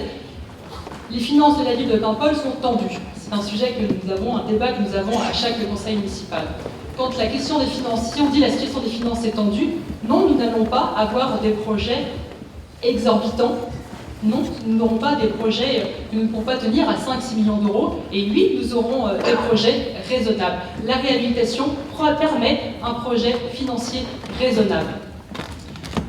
Pour dire ça, nous avons commencé déjà à travailler ensemble sur une esquisse, quelque chose qui serait possible pour la salle des fêtes. Nous sommes partis de ce dont vous nous faisiez part, en l'occurrence un besoin d'une salle de spectacle de 400 places. Un besoin aussi d'organiser des séminaires, ça veut dire une grande salle et puis 2-3 petites salles autour. Et puis nous avons comme ça recueilli l'ensemble des besoins et nous avons proposé en fait une esquisse pour lancer les débats, lancer la concertation. Cette esquisse, nous vous la proposerons dans les jours qui viennent. Ce n'est pas un projet arrêté, c'est juste pour commencer à lancer le débat et nous vous invitons dès demain, dès après-demain, à venir regarder cette esquisse, à vous dire ce que vous en pensez. Nous sommes partis en fait sur ce bâtiment, donc il y a évidemment la question de la réhabilitation phonique, bien sûr. On la connaît bien, cette salle, pour améliorer la qualité des spectacles. Nous sommes partis sur un établissement, nous avons travaillé par tranche. Il y a 1/5 de la tranche, au fond, là où il y a la tour de la salle des fêtes, qui sera donc remplacée par plusieurs petites salles, avec une amélioration aussi des coins pour les traiteurs. Et surtout, nous sommes partis du principe que cette salle des fêtes, elle est sur un site exceptionnel de Paimpol. C'est un site exceptionnel, donc valorisons ce site exceptionnel. Et la tour, nous avons proposé, c'est une proposition, vous nous direz ce que vous en pensez, à la place, au bout de la salle des fêtes, là jusqu'en haut, il y aura une terrasse. Parce qu'il y a une vision qui est juste panoramique, qui est juste exceptionnelle, tout à fait extraordinaire. Donc oui, la salle des fêtes sera pour organiser des spectacles, mais pas que. Ça sera aussi pour organiser des événements tels que ceux qui existent déjà et auxquels on aime participer, comme les lotos, les Fresnos, etc. Donc à l'usage au quotidien, le jour, le soir, le week-end, toute la vie. Donc à partir de demain, venez voir notre esquisse et puis faites-nous des propositions.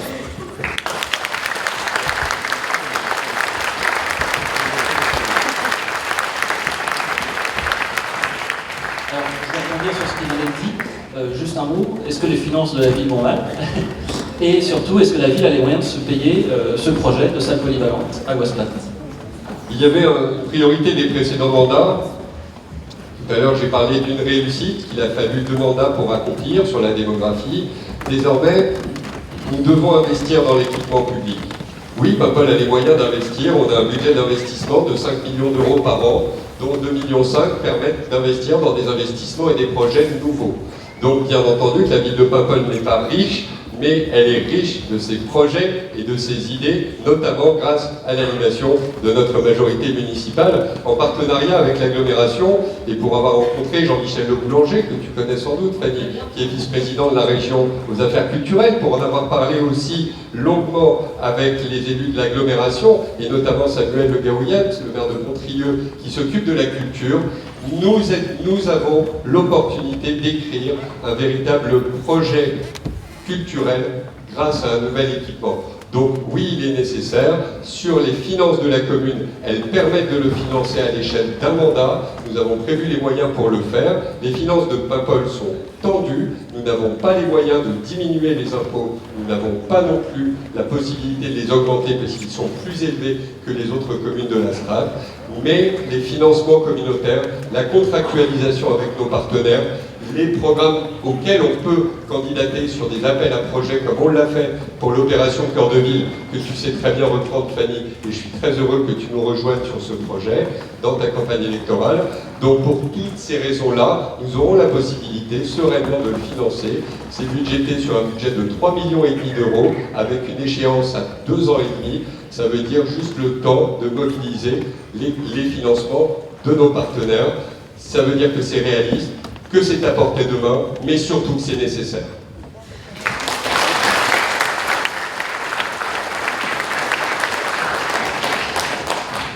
Alors on va rester à Goisplatte, parce qu'il nous semblait quand même important, la prochaine mandature verra l'avenir de l'ancien collège sans doute évoluer. Lors du conseil municipal dernier, une délibération a été votée, on en a parlé dans la presse, et l'opposition dont vous faites partie, Fanny Chapelet, vous avez vivement critiqué cette délibération. Est-ce qu'on peut revenir sur cet épisode? Et surtout, est-ce que l'avenir de Goisplatte, il est déjà joué, ou alors est-ce qu'il peut changer? Je regrette juste de ne pas avoir eu de temps de réponse sur les finances de Paimpol, mais c'est pas grave, je vais le referai plus tard. Goisplatte. Alors, Goisplatte, pour le remettre dans un contexte, on a toujours le souci, pour expliquer les choses, le danger, c'est de prendre un projet et de le sortir de la vision globale de Paimpol. Nous parlions de la salle des fêtes. Nous avons beaucoup parlé ces dernières semaines de Carnois et nous parlons de Goisplatte. Pourquoi je dis ça? D'abord, sur le projet de Goisplatte, nous avons, nous, un projet, une fois encore, de réhabilitation et non pas de démolition-construction. Donc notre principe, il vaut pour l'ensemble des équipements. Donc oui, nous réhabiliterons les équipements et le collège de Goisplatte en fait partie. Goisplatte, il y a un autre sujet, c'est une entrée de ville.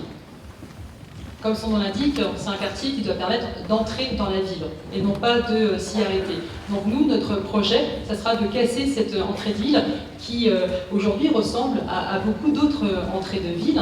Et ça sera de faire une entrée de ville qui soit propre à Paimpol, qui soit agréable, reconnaissable et qui donne envie aux familles de venir vivre à Paimpol. Donc nous cassons cette entrée de ville commerciale et de ces parkings pour faire un cadre beaucoup plus familial.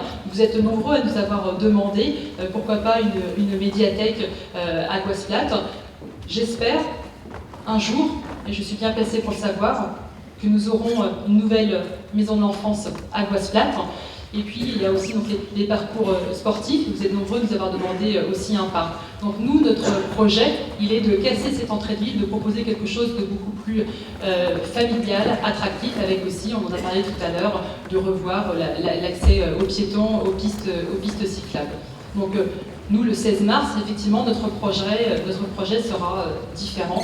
Il ne sera pas de continuer de vendre le foncier au privé. Il y a urgence à garder des terrains communaux.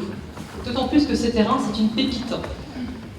L'urgence, elle est de prendre conscience, toutes et tous ici, qu'à un moment donné, si on vend un terrain, bien sûr, on a une recette sur le court terme. Bien sûr que ça fait rentrer de l'argent dans le portefeuille à court terme. Mais on s'appauvrit. On s'appauvrit de notre patrimoine. Plus on vend, moins on pourra récupérer, ça c'est sûr. Donc arrêtons de vendre, parce qu'en réalité, si sur le court terme on fait des recettes, la réalité c'est qu'on s'appauvrit.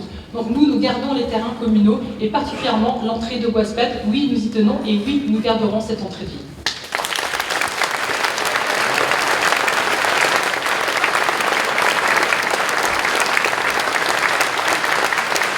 Alors là, je suis désolé, mais vous applaudissez dans le vide. Il doit y avoir un petit problème de temporalité. Comme l'a bien précisé Charles, cette délibération est votée. Le choix de la cession du foncier de Goasplat est acté. Ne concernera pas en matière de prise de décision, mais simplement d'analyse derrière, même de suivi de chantier. En gros, la future municipalité, les décisions ont été prises. 1 320 000 € de ressources pour la commune. On évoquait tout à l'heure la capacité à financer de l'équipement public. Cela passe par la valorisation de notre patrimoine. C'est gagnant, gagnant. Demain, vous voulez de l'emploi à Paimpol, vous voulez des jeunes ménages à Paimpol. Nous voulons tous, d'ailleurs, de la dynamique dans notre commune. Ça passera par des emplois. Goasplat, je l'ai dit, et c'est fait. 65 emplois directs, des recettes cash et de l'équipement public. Il y en a 5 que vous remettez en question par cette proposition. Alors peut-être une médiathèque, je ne vois pas, je me dis que ce serait quand même pas mal comme valorisation de l'endroit où on est, la médiathèque, la culture et la vie quotidienne autour de cet équipement. Mais 5 équipements publics, c'est un skatepark, c'est un terrain multisport, c'est un espace multigénérationnel avec la maison de la petite enfance sur laquelle s'est engagé Vincent Legault, le président de l'agglomération, avec un EHPAD de 80 places, parce que l'hôpital a besoin de reconstruire Titude Cause pour être très précis et concret. Donc ça veut dire que vendre le foncier, vendre ce terrain, ce qui est fait, permettra de développer notre entrée de ville autour des mêmes valeurs que celles que tu proposes. Je n'y vois moi pour ma part pas de contradiction, mais attention, c'est déjà voté, c'est déjà décidé et ce sera fait avant les élections.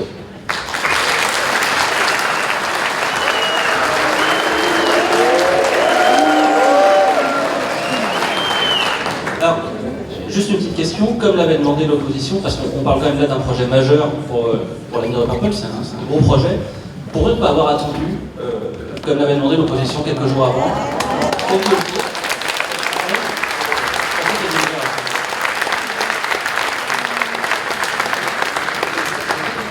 Il ne faut pas oublier d'où on vient. Ce foncier de Goasplat a été donné par le département des Côtes-d'Armor à la fermeture du collège contre l'avis du conseil municipal de Paimpol. Quand il faut se battre pour nos services publics, on est là, on est au rendez-vous, et pour le collège aussi.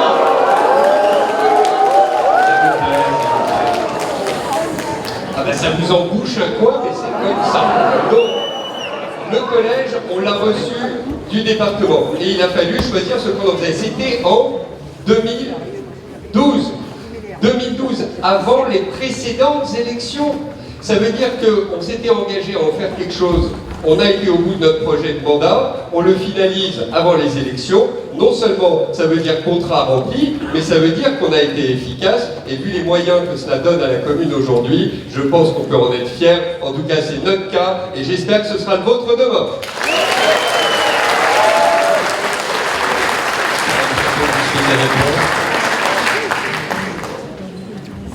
Qui ici ce soir, est-ce que vous pouvez lever la main, ceux qui ont été concertés sur le projet de Goasplat?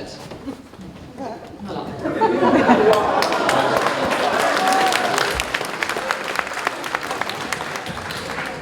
Ce que nous avons déploré au conseil municipal, c'est qu'il n'y ait pas eu de débat sur ce projet-là. Et vous-même, vous êtes un certain nombre à avoir dit que vous avez découvert ce projet lors du dernier conseil municipal. Vous avez découvert... Bah si. Voilà, vous avez une idée de ce qu'on vit en conseil municipal à chaque fois. Donc oui, vous avez découvert très sérieusement, là je parle très sérieusement, le projet de Waslet lors du dernier conseil municipal. Non, il n'y a pas eu de débat. Non, les Pimpolaises et les Pimpolais n'ont pas été concertés sur un quartier comme celui-là qui est d'une extrême importance. Donc effectivement, il y a aussi autre chose sur laquelle on est pour le coup en profond désaccord. Vous parlez de recettes cash, mais vous ne parlez que de recettes cash en permanence, monsieur le maire sortant. Et non les recettes cash, oui, effectivement, nous sommes en complet désaccord. Gardons notre patrimoine, ça nous permettra effectivement de réguler l'immobilier, ça nous permettra d'avoir une vision globale sur Paimpol, et le courage, c'est de ne pas faire des promesses en disant ça sera engagé pendant mon mandat. Le courage, c'est aussi d'avoir des projets et une vision pour Paimpol sur le moyen et sur le long terme, parce que nous avons le courage aussi, nous, de nous battre pour nos enfants, pour les générations à venir. Donc oui, il faut garder du patrimoine pour développer des projets qui sont aussi pour nos enfants et pour les générations qui suivront.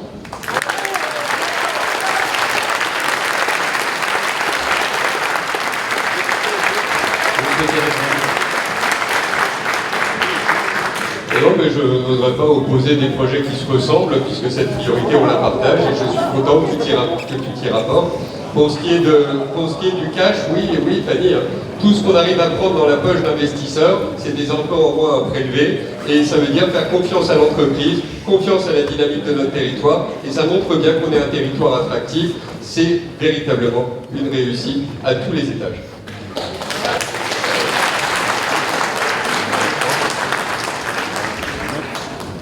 On va poursuivre avec une question de lecteur. Ils ont été pas mal à nous demander pourquoi il y avait, comme quoi il n'y avait pas à Paimpol suffisamment de jeux pour enfants. Et beaucoup disent qu'il manque un véritable parc dans la ville, notamment peut-être au niveau de la gare. En tout cas, c'est ce qui est évoqué. Qu'en pensez-vous et avez-vous des propositions? Alors, sur le quartier de la gare, c'est un secteur sensible. Et là, on rejoint le sujet environnemental, plutôt écologique même, puisqu'il pose des très gros challenge de gestion de l'eau. Et c'est pour ça que jusque-là, ça n'a pas évolué beaucoup. La SNCF avait un projet immobilier, c'est devenu depuis un parking. Et en fait, c'est un espace de stationnement bien utile si on regarde la fréquentation de la commune. Donc le parc urbain le plus fréquenté de Paimpol, il existe. Il est d'ailleurs particulièrement remarquable. Je dois dire que pour moi, c'est un des plus beaux endroits de Bretagne, et c'est Poulafrette, Cavresse, jusqu'à l'abbaye de Beauport, d'où l'enjeu de faciliter cette circulation le long de la côte pimpolaise. La Pointe de Guilbène aussi, quand même, franchement. Et là, pour le coup, levez la main, tous ceux qui y sont déjà, ils sont déjà allés le week-end. Voilà, ça. Là, on peut dire qu'on est devant les plus beaux parcs et paysages du monde. Mais là où nous avons l'ambition de développer un programme de loisirs, d'équipement pour jeunes, demain, le plus beau parc urbain et non pas naturel de la commune, c'est dans le quartier de Kernois, puisque le quartier de Kernois, par sa localisation, par son fonctionnement, par l'emplacement à la croisée des chemins dans lequel il se situe, peut devenir le premier lieu de rencontre et bien sûr aussi de plaisir, où on peut, tu disais tout à l'heure, je vais me permettre de reprendre ton expression, lâcher les gosses, se promener en toute sécurité, en toute sérénité. Et ce parc urbain demain à Kernois est un des éléments fondateurs de notre projet.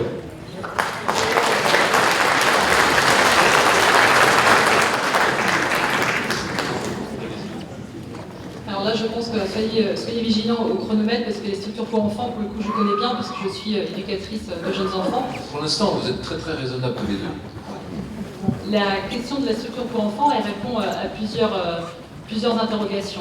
C'est d'abord ce qui existe pour la petite enfance, l'enfance, la jeunesse et l'adolescence sur Paimpol. Donc en fait, des structures pour enfants, c'est une question qui est intéressante, mais qui finalement est beaucoup plus complexe que vous le croyez. Ça dépend à quel type d'âge on veut répondre. Ça, c'est pour dire qu'il n'existe pas un type de structure, mais des types de structures. Pourquoi? Parce qu'il existe plusieurs problématiques à Paimpol. C'est la question de la place des jeunes, des adolescents et des jeunes adultes. Au-delà de ça, Paimpol n'est pas qu'une carte postale. Donc effectivement, vous l'avez évoqué, monsieur le maire sortant, il y a la structure de Poulafrette tout à fait exceptionnelle. Vous avez évoqué des quartiers exceptionnels, donc nous sommes très fiers. Mais les structures pour enfants, elles répondent aussi à des besoins très particuliers, des besoins qui rejoignent ce dont on a parlé tout à l'heure, l'attractivité du centre-ville. Pas plus tard que ce matin, je sais que la personne va se reconnaître, je l'ai vu tout à l'heure, j'étais une commerçante qui me dit voilà pourquoi nous voudrions des structures pour enfants dans le centre-ville.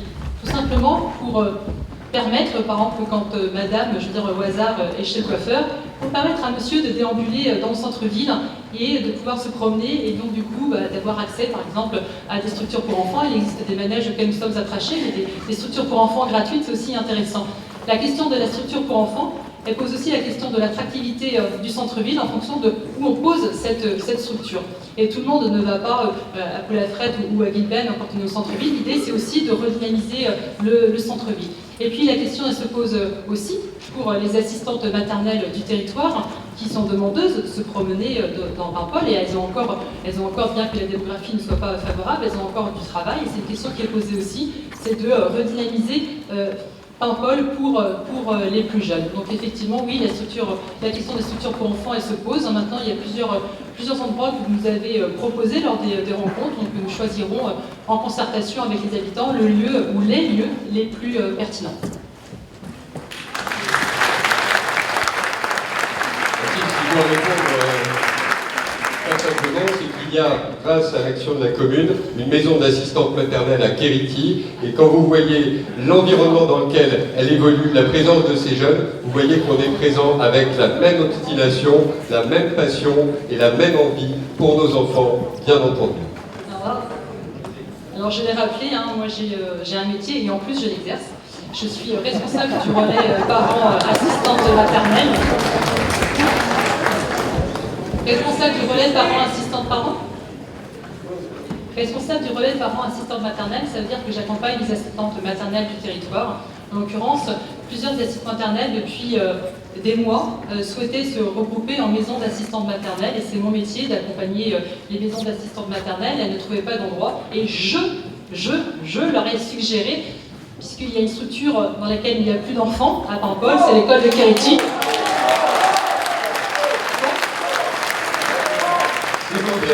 C'est pas grave, c'est très bien, et si t'as pu y participer, je t'en suis très merci. Vous n'êtes pas en conseil municipal, donc je finis ma phrase. Je leur ai suggéré de se renseigner sur les équipements qui existaient à Paimpol, en l'occurrence l'école de Kériti, et il y avait un deuxième projet, je pense que c'est ce à quoi fait référence les youyou que j'entends à ma gauche, un autre projet de maison d'assistantes maternelles. Elles se sont regroupées et c'est avec beaucoup de plaisir que j'étais à l'inauguration de la maison d'assistantes maternelles, parce que je peux vous dire que ça faisait beaucoup de bien de voir des enfants à l'école de Kériti.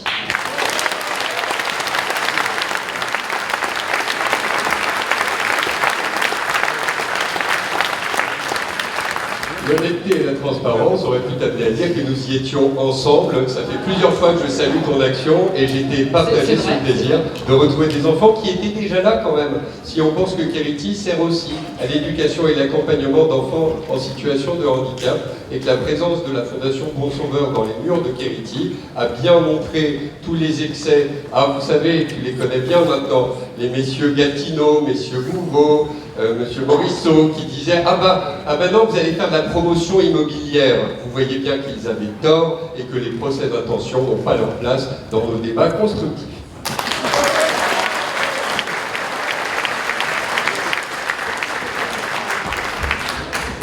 Bon, alors le chrono tourne, alors on va essayer de... Il y a un sujet qu'on n'a pas abordé, qu'il faut absolument aborder, c'est le quartier de Carnois. Vous souhaitez tous les deux la réhabilitation de ce quartier, et sur place, pour y être allé, il y a des inquiétudes des habitants, qui ont peur pour certains d'être contraints de déménager. Alors, que proposez-vous et comment les rassurez-vous ?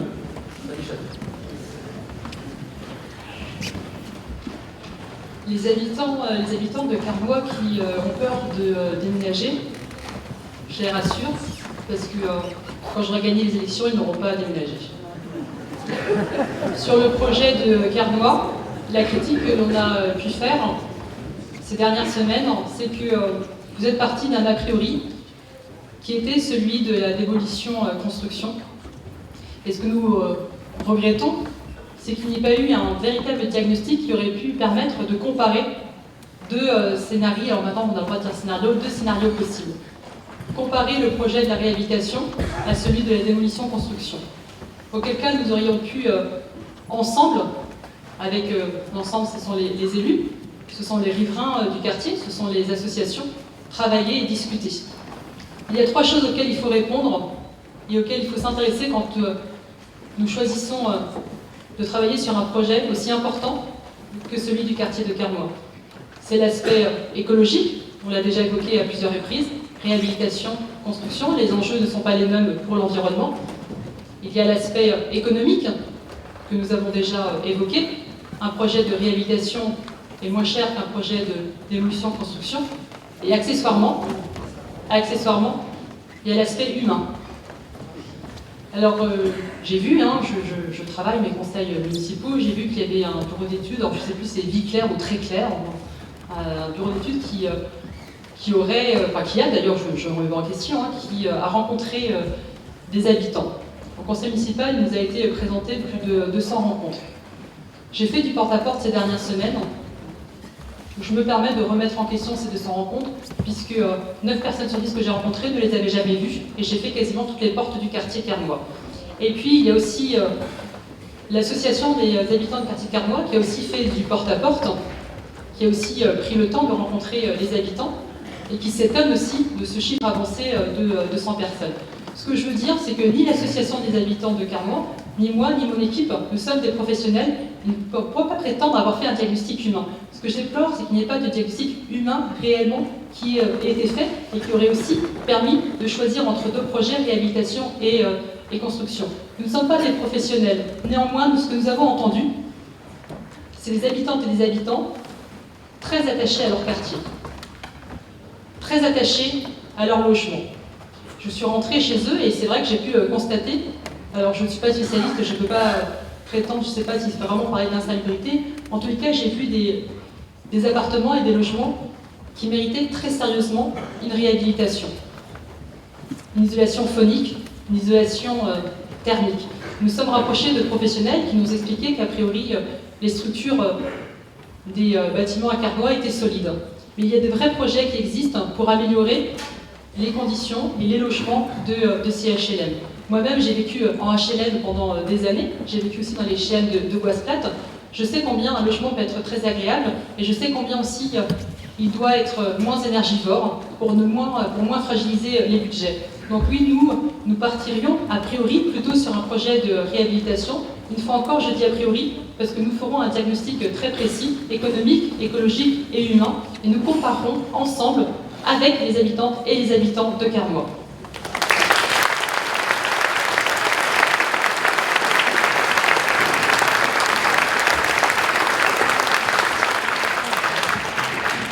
Malheureusement, encore une fois, à refaire l'histoire, on perd beaucoup d'énergie, beaucoup de temps et aussi beaucoup de moyens.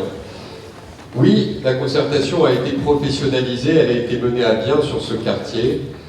Oui, nous avons passé aussi beaucoup d'heures et beaucoup de temps dans le forum citoyen. Tu parles de l'Assemblée des habitants de Carnoy qui regroupe une dizaine de personnes. Elle n'est pas représentative de la population du quartier, ni des habitants qui composent cet ensemble immobilier. Non, pas insalubre, Fanny. Il y a vétuste, oui. Vétuste dans beaucoup de ses composantes.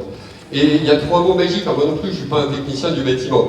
Il se trouve que dans mon équipe, il y en a d'ailleurs des gens très qualifiés, très compétents, comme Sébastien Bonte, qui s'est engagé aussi avec nous et qui pourra accompagner le travail du bailleur social. Mais je le résumerai simplement en 3 phrases. 1. Amiante. Amiante, ça veut dire déménager de l'appartement pendant les travaux. 2. C'est facile à comprendre, me semble-t-il. Revue de la typologie. Alors tu n'as peut-être pas rencontré Germaine qui habite un T4 et qui voudrait avoir un T3 parce que son loyer est trop élevé. Tu n'as peut-être pas rencontré Fanny non plus, Suzette qui elle se plaint des nuisances sonores et des difficultés de relation avec le voisinage ou des nuisances qu'il peut y avoir parce que oui, l'isolation phonique, l'isolation thermique sont à refaire complètement. Donc réhabiliter un logement, changer la typologie, revoir complètement le fonctionnement de l'habitat. Je vois Rosane qui opine du chef parce qu'elle connaît très bien ce domaine-là aussi pour l'accessibilité dans des bâtiments qui ont 3 marches pour entrer. Si tu les as fait, tu as dû avoir comme moi quelques crampes au niveau des volets et donc ça te permettrait de voir que demain il faudra des appartements avec ascenseur 4 étages. Là c'est budgétairement totalement déraisonnable. Donc ces arbitrages-là, je les défends parce qu'ils ont été construits sur plus de 3 ans de travail avec le bailleur social, avec l'État, avec bien entendu les habitants, avec vous. Et donc cette question dépasse d'ailleurs simplement les normes de construction. Comme je le disais tout à l'heure, les circulations douces, la création d'un parc urbain, on retrouve à Carnoat tous les enjeux de la construction d'un projet pour Paimpol. Et là, je peux vous dire que le résultat qui a été voté aussi en conseil municipal nous engage pour l'avenir. Le bailleur social va mettre 18 millions d'euros avec l'agglomération et la commune pour le quartier de Carnoat. Et bien, je peux dire que la majorité des habitants que j'ai rencontrés, ils en sont aussi heureux et impatients.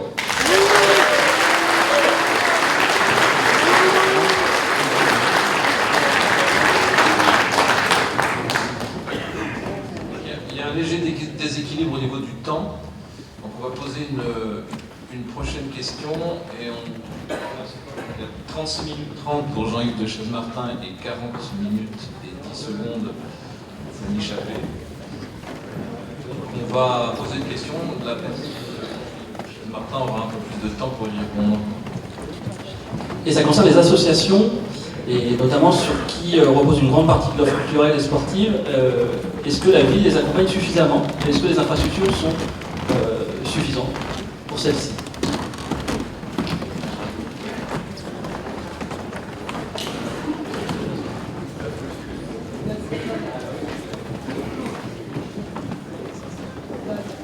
Alors je suis équitable, je propose peut-être que, comme il y a un retard de temps, que vous répondiez. C'est pas moi qui ai animé le débat.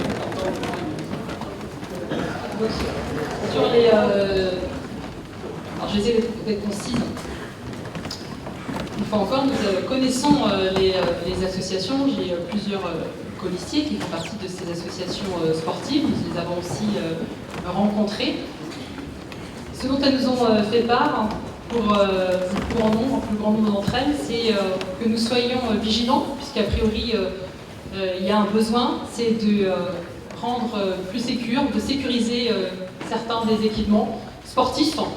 Et donc du coup, l'idée, c'est de projeter des travaux, et nous n'avons pas parlé, mais nous avons porté certains projets avec Jacques Higou au niveau de l'agglomération. Et puis moi, j'ai porté certains projets en tant que conseillère régionale. Donc la question que nous n'avons pas évoquée, c'est celle des subventions publiques.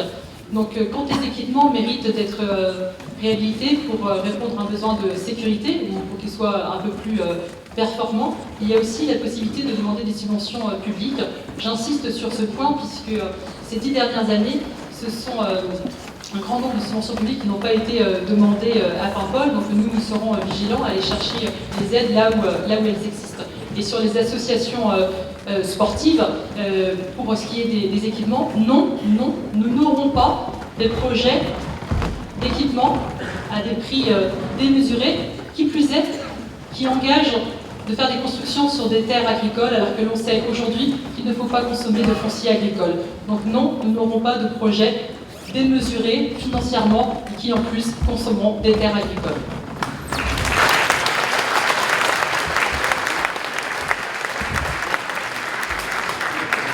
Merci Joël d'avoir souligné mon esprit synthétique. Merci aussi d'ouvrir sur ce sujet qui me permet de souligner peut-être un problème de méthode. C'est qu'au lieu de dénoncer les projets, Fanny, que tu n'as pas compris dans ce qu'on propose, j'aurais bien voulu comprendre ce que tu avais toi à proposer.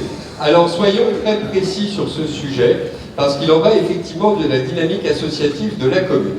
Et nous sommes infiniment riches de cette densité associative et de cette relation avec la collectivité qui mobilise des fonds municipaux, intercommunaux, régionaux, départementaux, nationaux, quand on a des résultats comme ceux de certaines de nos sportives, et tu faisais bien d'insister sur le sport. Alors en équipement, il y a des besoins partout. Il y a besoin dans le tennis, il y a besoin pour les assos culturels, il y a des besoins aussi pour les assos patriotiques, il y a besoin à tous les étages pour toutes ces catégories d'associations-là, mais encore une fois, par exemple aussi pour l'Union des commerçants. Et ça, oui, il faudra mobiliser tous les dispositifs existants, et c'est ce que nous ferons, et je l'espère bien avec toi, puisqu'en tant que conseillère régionale, tu pourras appuyer les demandes portées par la commune de Paimpol. Sur l'horizon associatif en termes d'équipement, je ne vais peut-être pas y passer 3 minutes, mais je serais content d'offrir un peu de temps de parole à ma concurrente. Ça ne me pose aucune difficulté. Sur l'équipement sportif, pour m'attarder un petit peu, trois cours couverts pour le tennis. Le projet de Daniel Autun, pour ceux qui la connaissent. Ah, ça fait bien 15 ans qu'on en parle. Oui, nous pouvons y arriver. Oui, sur le football, pouvoir consolider une présence à Kéraoum avec l'utilisation à court terme, bien sûr, toujours de Bel Air, ça veut dire pouvoir construire une cité du sport autour du terrain de rugby, autour de la piscine, des gymnases, pouvoir accueillir du public. On a des résultats stupéfiants en handball, par exemple, à Paimpol. Eh bien, les handballeurs, depuis plus de 10 ans, réclament plus d'infrastructures. Donc, mégoter sur l'investissement dans l'équipement public, c'est passer à côté de la réalité associative paimpolaise, déjà pour ces assos sportives. Sur la culture d'eux-mêmes, la perspective d'une programmation culturelle dans un équipement neuf avec des conditions moins consommatrices de fluide. Il me semble qu'on a déjà évoqué ce sujet-là ensemble autour de ce projet de salle polyvalente à Goesplat, est aussi un très bel horizon pour elle, que nous puissions construire, comme nous venons de le faire avec l'IBACAPA sur la ville des métiers d'art, Catherine le remerciera, et Annie aussi, et tous ceux qui ont participé à ce projet, de pouvoir les citer ce soir. Et donc ça veut dire que se mettre au service du besoin associatif, c'est la raison d'être d'une commune. Nous avons été au rendez-vous jusque-là. Demain, elle demande de l'équipement public. Il faudra être au rendez-vous de l'investissement de façon extrêmement sereine, mesurée, organisée, précise et limitée dans le temps. Alors, je vais vous donner l'occasion d'utiliser tout le temps qui vous est imparti en vous posant une question. Comment vous financez tous ces projets sans augmenter les impôts ? Alors pourquoi augmenter les impôts? Là, je dois dire qu'avec mon prédécesseur, nous avons été un modèle. Les taux n'ont pas évolué depuis. Je l'ai expliqué tout à l'heure. Je l'ai expliqué à travers les 4 dispositifs qui ont été avancés. Le premier, c'est bien sûr la valorisation du patrimoine. Le deuxième, la contractualisation avec nos partenaires. Regardez, vous voulez un exemple, ce qui s'est passé là très récemment sur notre projet ostréicole, on arrive à être financé à presque 80% par des programmes de FEAMP. Quand on regarde les équipements qui seront faits par l'agglomération sur l'Ogilvy, de la même façon, on a des recettes à plus de 80% sur l'investissement. Après, il y a des moyens, donc financer l'investissement, on sait le faire sans augmenter les impôts. Ça me permet d'ailleurs de le dire, nous poursuivrons cette politique qui n'augmentera pas les impôts, qui n'augmentera pas la dette. Si la dette par habitant, c'est notre grand débat, a effectivement augmenté parce qu'on avait perdu des habitants, Paimpol en regagne, donc cette dette par habitant va aussi diminuer à l'avenir. Et Alain Le Guillard, qui je crois est une véritable référence dans le monde de l'entreprise, saura apporter sa compétence et sa rigueur pour mener ces projets à bien. Des spécialistes du bâtiment, des spécialistes de l'entrepreneuriat, des spécialistes de l'histoire, de la géographie, de l'écologie. Oh, si je les citais tous, je n'ai même pas parlé de Caroline Boyer-Rogan quand je parlais de vélo, elle passe sa vie sur ses 2 roues. Eh bien, entre autres, Alain Leblaise aussi. Eh bien, quand on voit toute cette compétence-là dans mon équipe, je pense qu'on a la garantie de pouvoir les mener à bien sans augmenter les impôts. Parfait.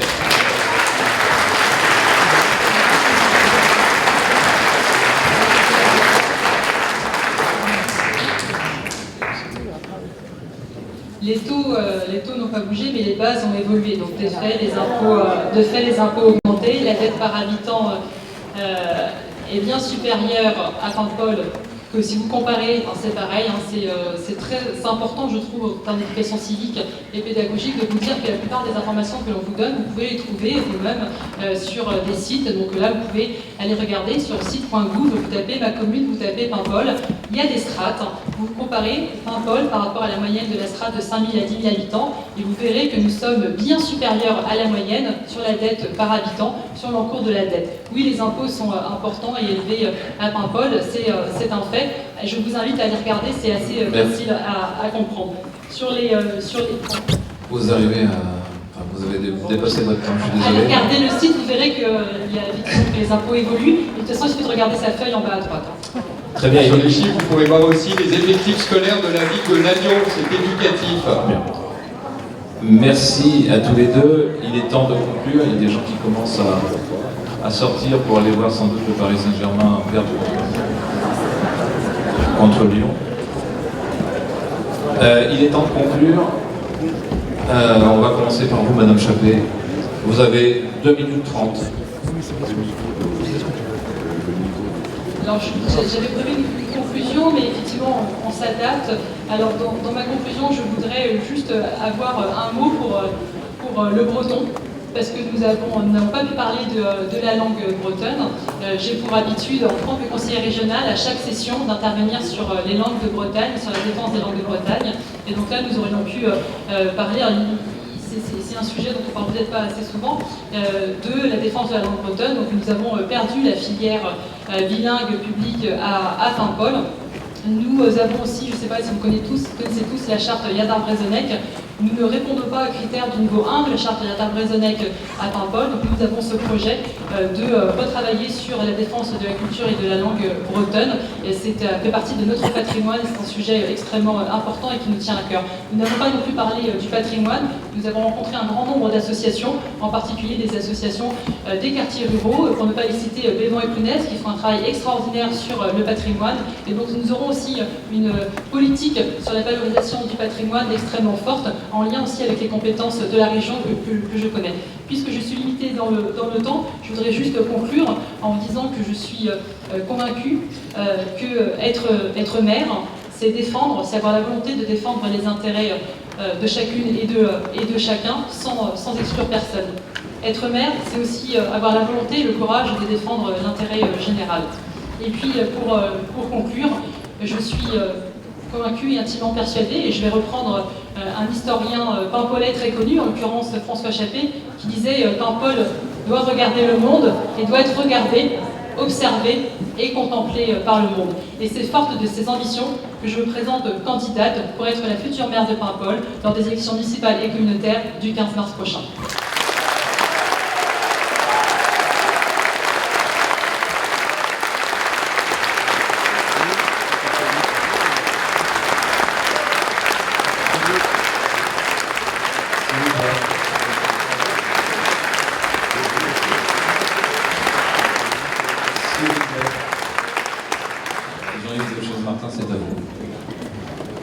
C'est important de pouvoir manifester son enthousiasme et je voulais commencer par te remercier, Fanny. Te dire merci pour ce débat de bonne tenue. Un débat qui, j'espère, vous aura éclairé sur quelques nuances. J'en ai relevé une, la présence ou l'emplacement de la médiathèque. Bien. J'ai repéré une autre différence de méthode. Cette différence de méthode, c'est quelque part la relation entre un maire et une commune, c'est un peu comme dans un vieux couple, surtout après 12 ans. Quand on se dit tous les jours, il faut qu'on en parle, c'est quelque part ça bat de l'aile. Ce qu'on attend de ces élus, c'est quoi? C'est de savoir prendre des décisions. C'est de savoir prendre des décisions avec vous, mais savoir prendre, comme je le disais en introduction, aussi des décisions en votre nom. C'est toute la noblesse, la grandeur de la défense de l'intérêt général et de ce qu'on appelle l'action publique. Parce que la ville, c'est pas un maire. Ah, j'ai dit mon équipe, oui, je vous ai salué plusieurs fois, désolé de ne pas avoir pu citer tout le monde. Mais je pense surtout aux 160 fonctionnaires qui font la vie quotidienne de la commune. C'est eux qui, tous les jours, en allant au travail, en participant à nos projets, en attendant que des décisions sereines, solides et stables soient prises par le conseil municipal, font la vie d'une commune. Ça doit se faire et ça se projette à votre écoute, ce sera notre méthode. Cela se fera sur des projets précis, chiffrés, minutés dans le temps, qui rassemblent nos partenaires, parce que, oh certes, certaines dérives mènent à ce que certains s'arrêtent aux frontières des communes. Nous avons proposé de grandir ensemble, parce que le port de Paimpol doit se rapprocher de ses voisins, parce que Paimpol doit se rapprocher de ses voisins, pour se réconcilier aussi avec des habitants qui ont été chercher l'opportunité fiscale. Et donc Paimpol demain doit changer d'échelle, grandir ensemble, c'est la poursuite de l'énergie que nous avons mis dans la défense de la commune et de nos projets. Nous voulons le faire avec vous. Vous avez 10 jours pour non seulement le partager autour de vous, mais appeler à voter pour la continuité d'une action efficace, dynamique, au service de Paimpol, pour que vive Paimpol!